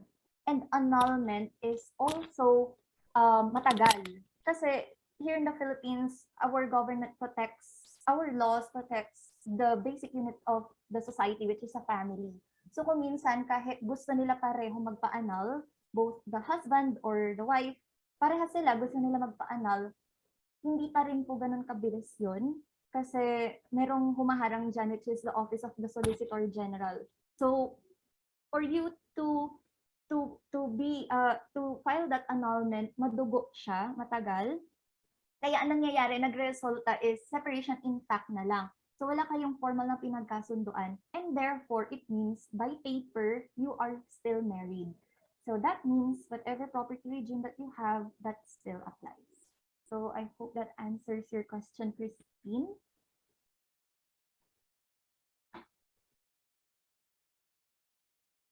So do you have any other questions from the audience? Yana, Hi, Sir Andoy. I have a PM. Um, uh, so again, as previously agreed upon, no, pag may PM, we're not going to name names. The question lang here is very simple naman, but I'm going to read it out loud for the benefit of our viewers. The question here is, hi Sir Andoy, what if I invest now and then a few years from now, what if I pass away? Again, it's a practical question. No? What if I pass away? Anong mangyayari sa investments ko if I am separated from my husband? So yun, again, we get this a lot. Unfortunately, your husband will still be one of the beneficiaries of your investment portfolio. No? If in case no that happens, kasi sabi nga niya na separated pa lang at hindi naman annulled. So technically, you're still married in the eyes of the law. So kung sakaling mangyari yun, 50% of the portfolio, 50% of the investment goes to the husband. Tapos kung sakali, for example, merong isang anak, another 50% goes to the kid. Kung may dalawang anak, 50% still goes to the husband, 25% kid number 1, 25% kid number 2, and so on. No? So similar to Yana's question, answer to that question, sinusunod pa rin po natin ang family code pagdating po sa pagdedesisyon kung magkano at sino ang mga beneficiaries kung sakaling ganun po ang mangyari sa investor. So there, I do hope I was able to answer the question sent by a PM. And to add to that, Mr. Andoy, even illegitimate children, they also have a right to the property of their parents. Yes, parang same na yung same na yung right rights ng legitimate at illegitimate children. So parang wala nang delineation ng legitimate at illegitimate child when it comes to rights, no, as being beneficiaries. All right, thank you, Sir Andoy. So we also have another question here from Christine. Mukhang may pinagdadaanan ata si Christine ngayon. So if there's no prenup, which regime is the default? If you are married August 3, 1988 up to present or in the future, then the default regime would be the absolute community of property.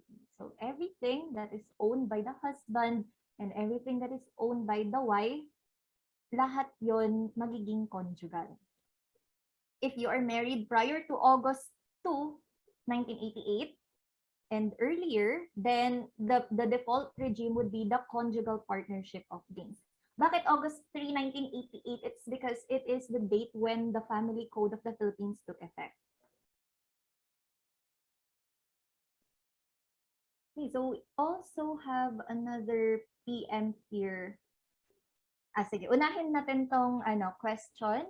This is for our friends from the LGBTQIA+ community. What if they are married abroad and they decided to acquire properties here in the Philippines, then all of a sudden they got divorced? How will the ownership be? Okay, so that's a very good question. So firstly, our law here in the Philippines, they consider the marriage is between a man and a woman. So I'm so sorry. I know that this is a bit discriminatory, but because the property is located here in the Philippines, then Philippine laws natin ang magte-take effect.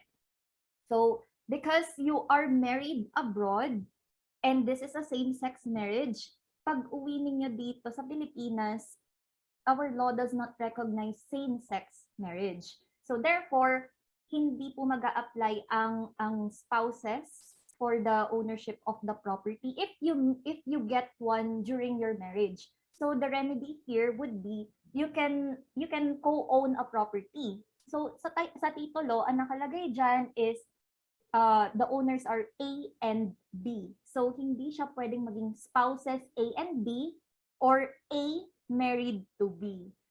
Now, on your next question, what if they got a divorce? Again, divorce abroad, it's not recognized by the Philippines because we don't have divorce here.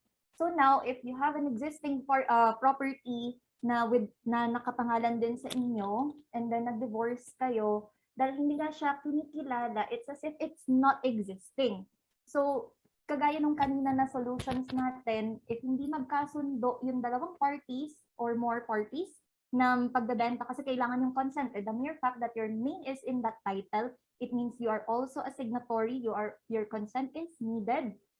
Then, at hindi talaga magkasundo, then I'm so sorry, you have to get a lawyer and get a petition for the sale of the property in the court. So I hope that answers your question. So here is the direct PM to me. Hello po. Another question. Will a last will and testament override the ownership regimes? That's very complex, no? Kasi a last will and testament is, what do you mean ba na parang meron kang dinidisown na anak? Then yes, pwede siya, applicable siya. Pwede, kaya niyang i-override. Ngayon, the problem is, pagka walang mga last will and testament, then nag-a-apply dyan yung sa mga compulsory heirs.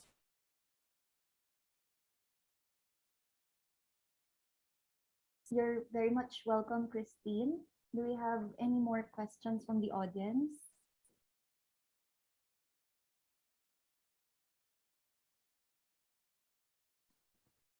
So we have another question. What if the LGBTQIA+ have a legally adopted child and then all of a sudden there's an accidental demise of both partner but no last will and testament?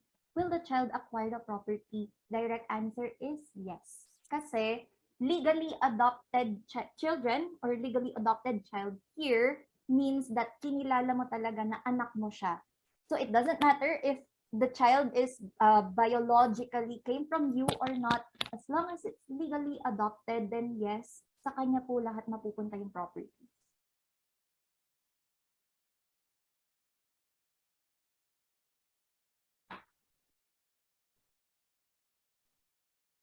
Parang ang dami nating questions today na Sir Andoy.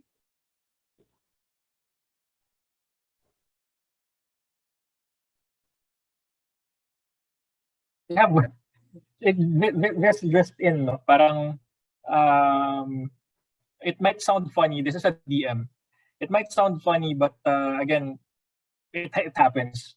Sir Andoy, pagdating sa investments, bakit po meron akong nakikita at naririnig at nababasa ng mga articles ng mga mayayamang tao na I'm guessing this is heirs, no? Ang heirs are pets.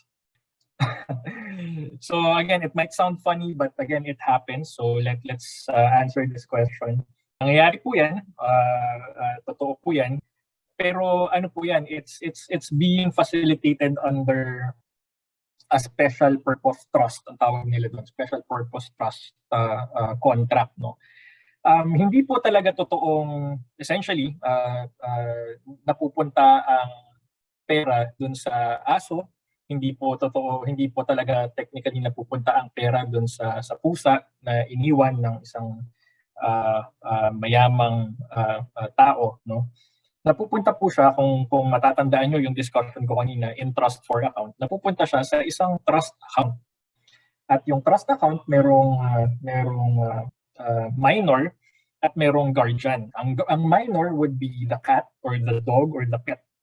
Bakit sila minor? Hindi dahil sa age. Minor sila because they are physically and mentally incapacitated to make decisions for themselves pagdating sa pera.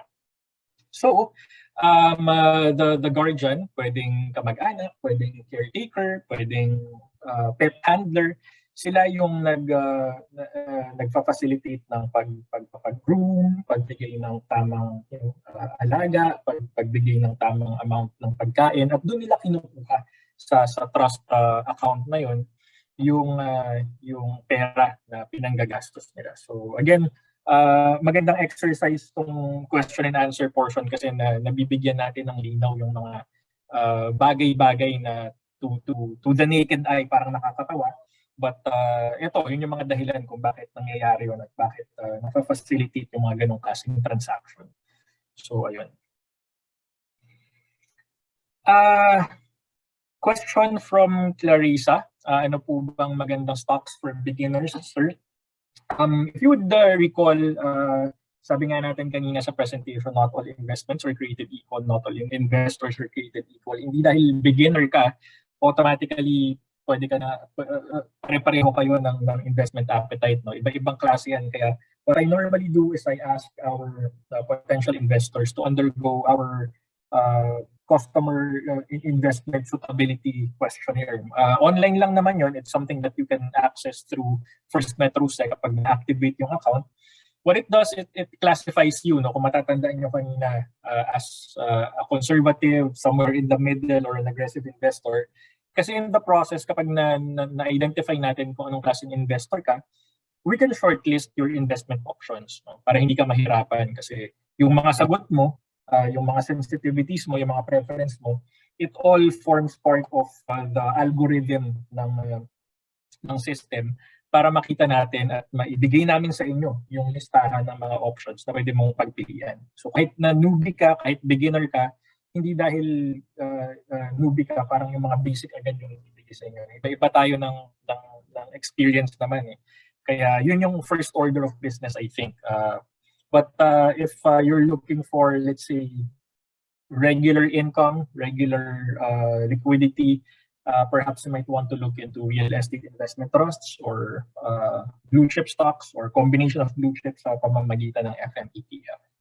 Another PM, Sir Andoy, pwede po bang mag-open ng dalawang FirstMetroSec account? Yes, possible po. And in fact, that's what I also do.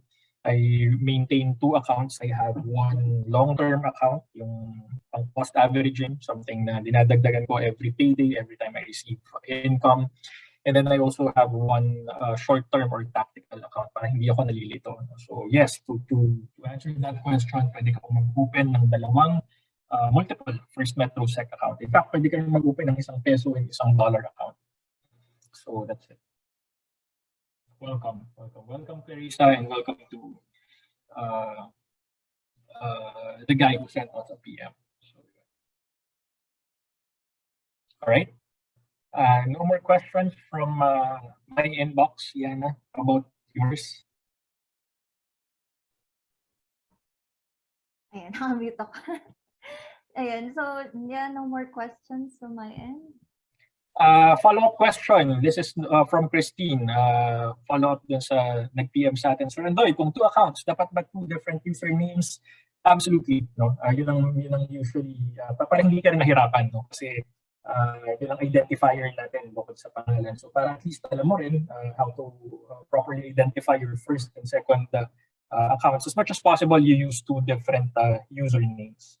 And as much as possible din, para at least, again, this is my tip, no? Kapag nag-open ka ng dalawang separate accounts, dapat as much as possible dalawang separate email addresses din para yung mga notifications, yung mga transactions ng isang account or something segregated dun sa isang account. Lalo na if you're trying to do, for example, month-end or year-end accounting, para alam mo kung ano yung mga transactions na ginawa mo dun sa isang account na hindi mo nagawa dun sa isa. As much as possible, you use 2 different usernames and 2 different email addresses.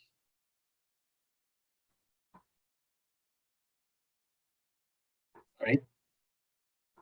So thank you for that question, Christine. Okay, so thank you. And I guess masyado na rin napahaba, sir, yung ating discussion. Mukhang a lot of people, actually, these issues, I'm so happy then you guys are here asking a lot of questions about this because these are the common concerns, common issues that are being faced in reality. As in, nangyayari talaga siya sa totoong buhay. Exactly. So, for us to protect then our rights, ourselves from investment heartbreaks, from kasi, 'di ba?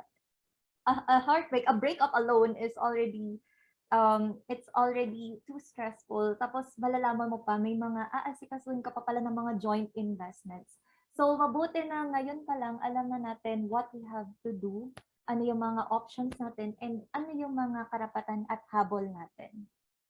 Last question before we leave, no? Baka magtampo si Sir Eric Karangaya. Question, how can I open an account for my kids? I have my own First Metro account, no? So let me rehash, sir, a portion of my presentation. You can open for if your kids are below 18 years of age, I suggest you open an interest for account with them. That being said, parang ang kagandahan ng interest for account is by the time they turn 18, you now have the option to either convert the account to a joint account or perhaps pwede mong i-distribute yon at ibigay sa kanila as personal accounts, no? Ganun din if you're already an existing FirstMetroSec account holder. So thank you, sir. Same process, no? Ang kailangan mo lang gawin is when you choose the type of account, instead of individual, choose joint or choose interest for, depending on the case. And then just simply provide us with the documentary requirements. So ang documentary requirements for joint accounts, of course, IDs of the participants. Kung interest for account, birth certificate will do. Kung joint account ang bubuksan mo, dapat may joint account ka na bank account with your kids. If interest for account ang bubuksan mo, dapat meron ka munang interest for account with your kids. So, ayun. So, thank you, Sir Eric Karansea, for that question. Okay, so thank you, everyone. I hope you enjoyed our session today. And if you want to learn more about investment, so we upload our webinars on our YouTube channel. You can subscribe to Federal Land Sales Team and Let's Invest PH. And this session, we will also upload this. And if you all, kasi parang masyado pang masyado pang maraming pwedeng i-discuss, we will be coming up with maybe a part 2 of this. We'll see.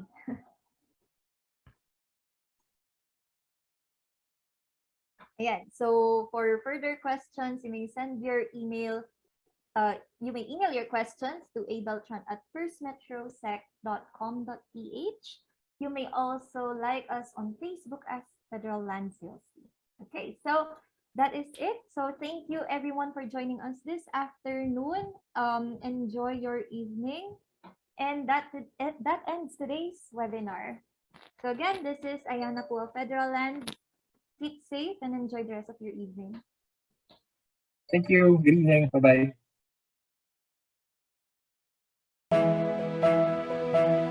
Every great vision begins with a blue sky and the imagination to see endless possibilities.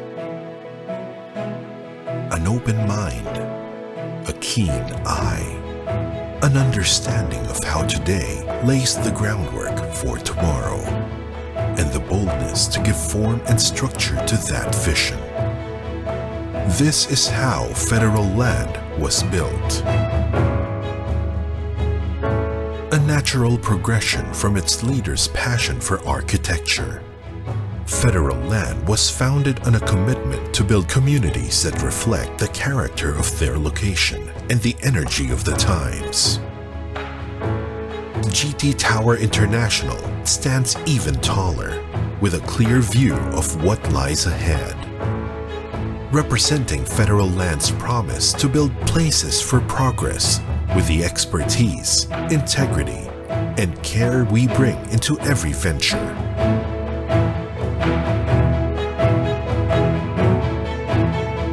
Structural integrity and strong engineering are the guiding forces behind each new development. From the time we lay the foundation of every home or tower, we harness technology and expertise to construct well-built spaces that adapt to people's changing lifestyles without compromising our standards of safety, durability, and quality. When we build, beauty and symmetry are key. We strike that elusive balance between remarkable architecture and innovative design. We are creating modern-day structural icons that reflect the country's progress. We are creating living spaces where people's days, routines, and experiences constantly take place. Where they strive to be better every day. Where connections are made and communities are shaped. As we build communities, we create distinct lifestyles that give each resident a sense of belonging. We are becoming part of a larger global community of enterprises. International brands with a reputation for quality and a vision we share. Our alliances with some of the most prestigious companies in the world have placed the Philippines in the global arena, while bringing some of the world's best within every Filipino's reach. We bring the same trust and commitment to our local partnerships with industry leaders in the Philippines. We understand that every home is a space for life, constantly in motion. That's why our presence is felt beyond construction. From a dedicated property manager that takes care of your safety and comfort, and an unparalleled living experience that will let you enjoy life to the fullest. As we build places for progress and spaces for life, our focus is clear: the Filipino. We are reshaping the skyline, one structure at a time. Imagining and building the future.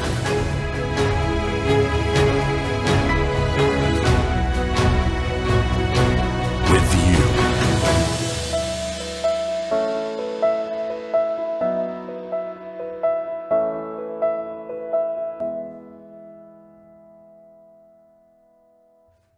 We put your future first. Backed by the Metrobank Group, FirstMetroSec provides the best service through different tools and platforms. You can invest in multiple assets in pesos and US dollars.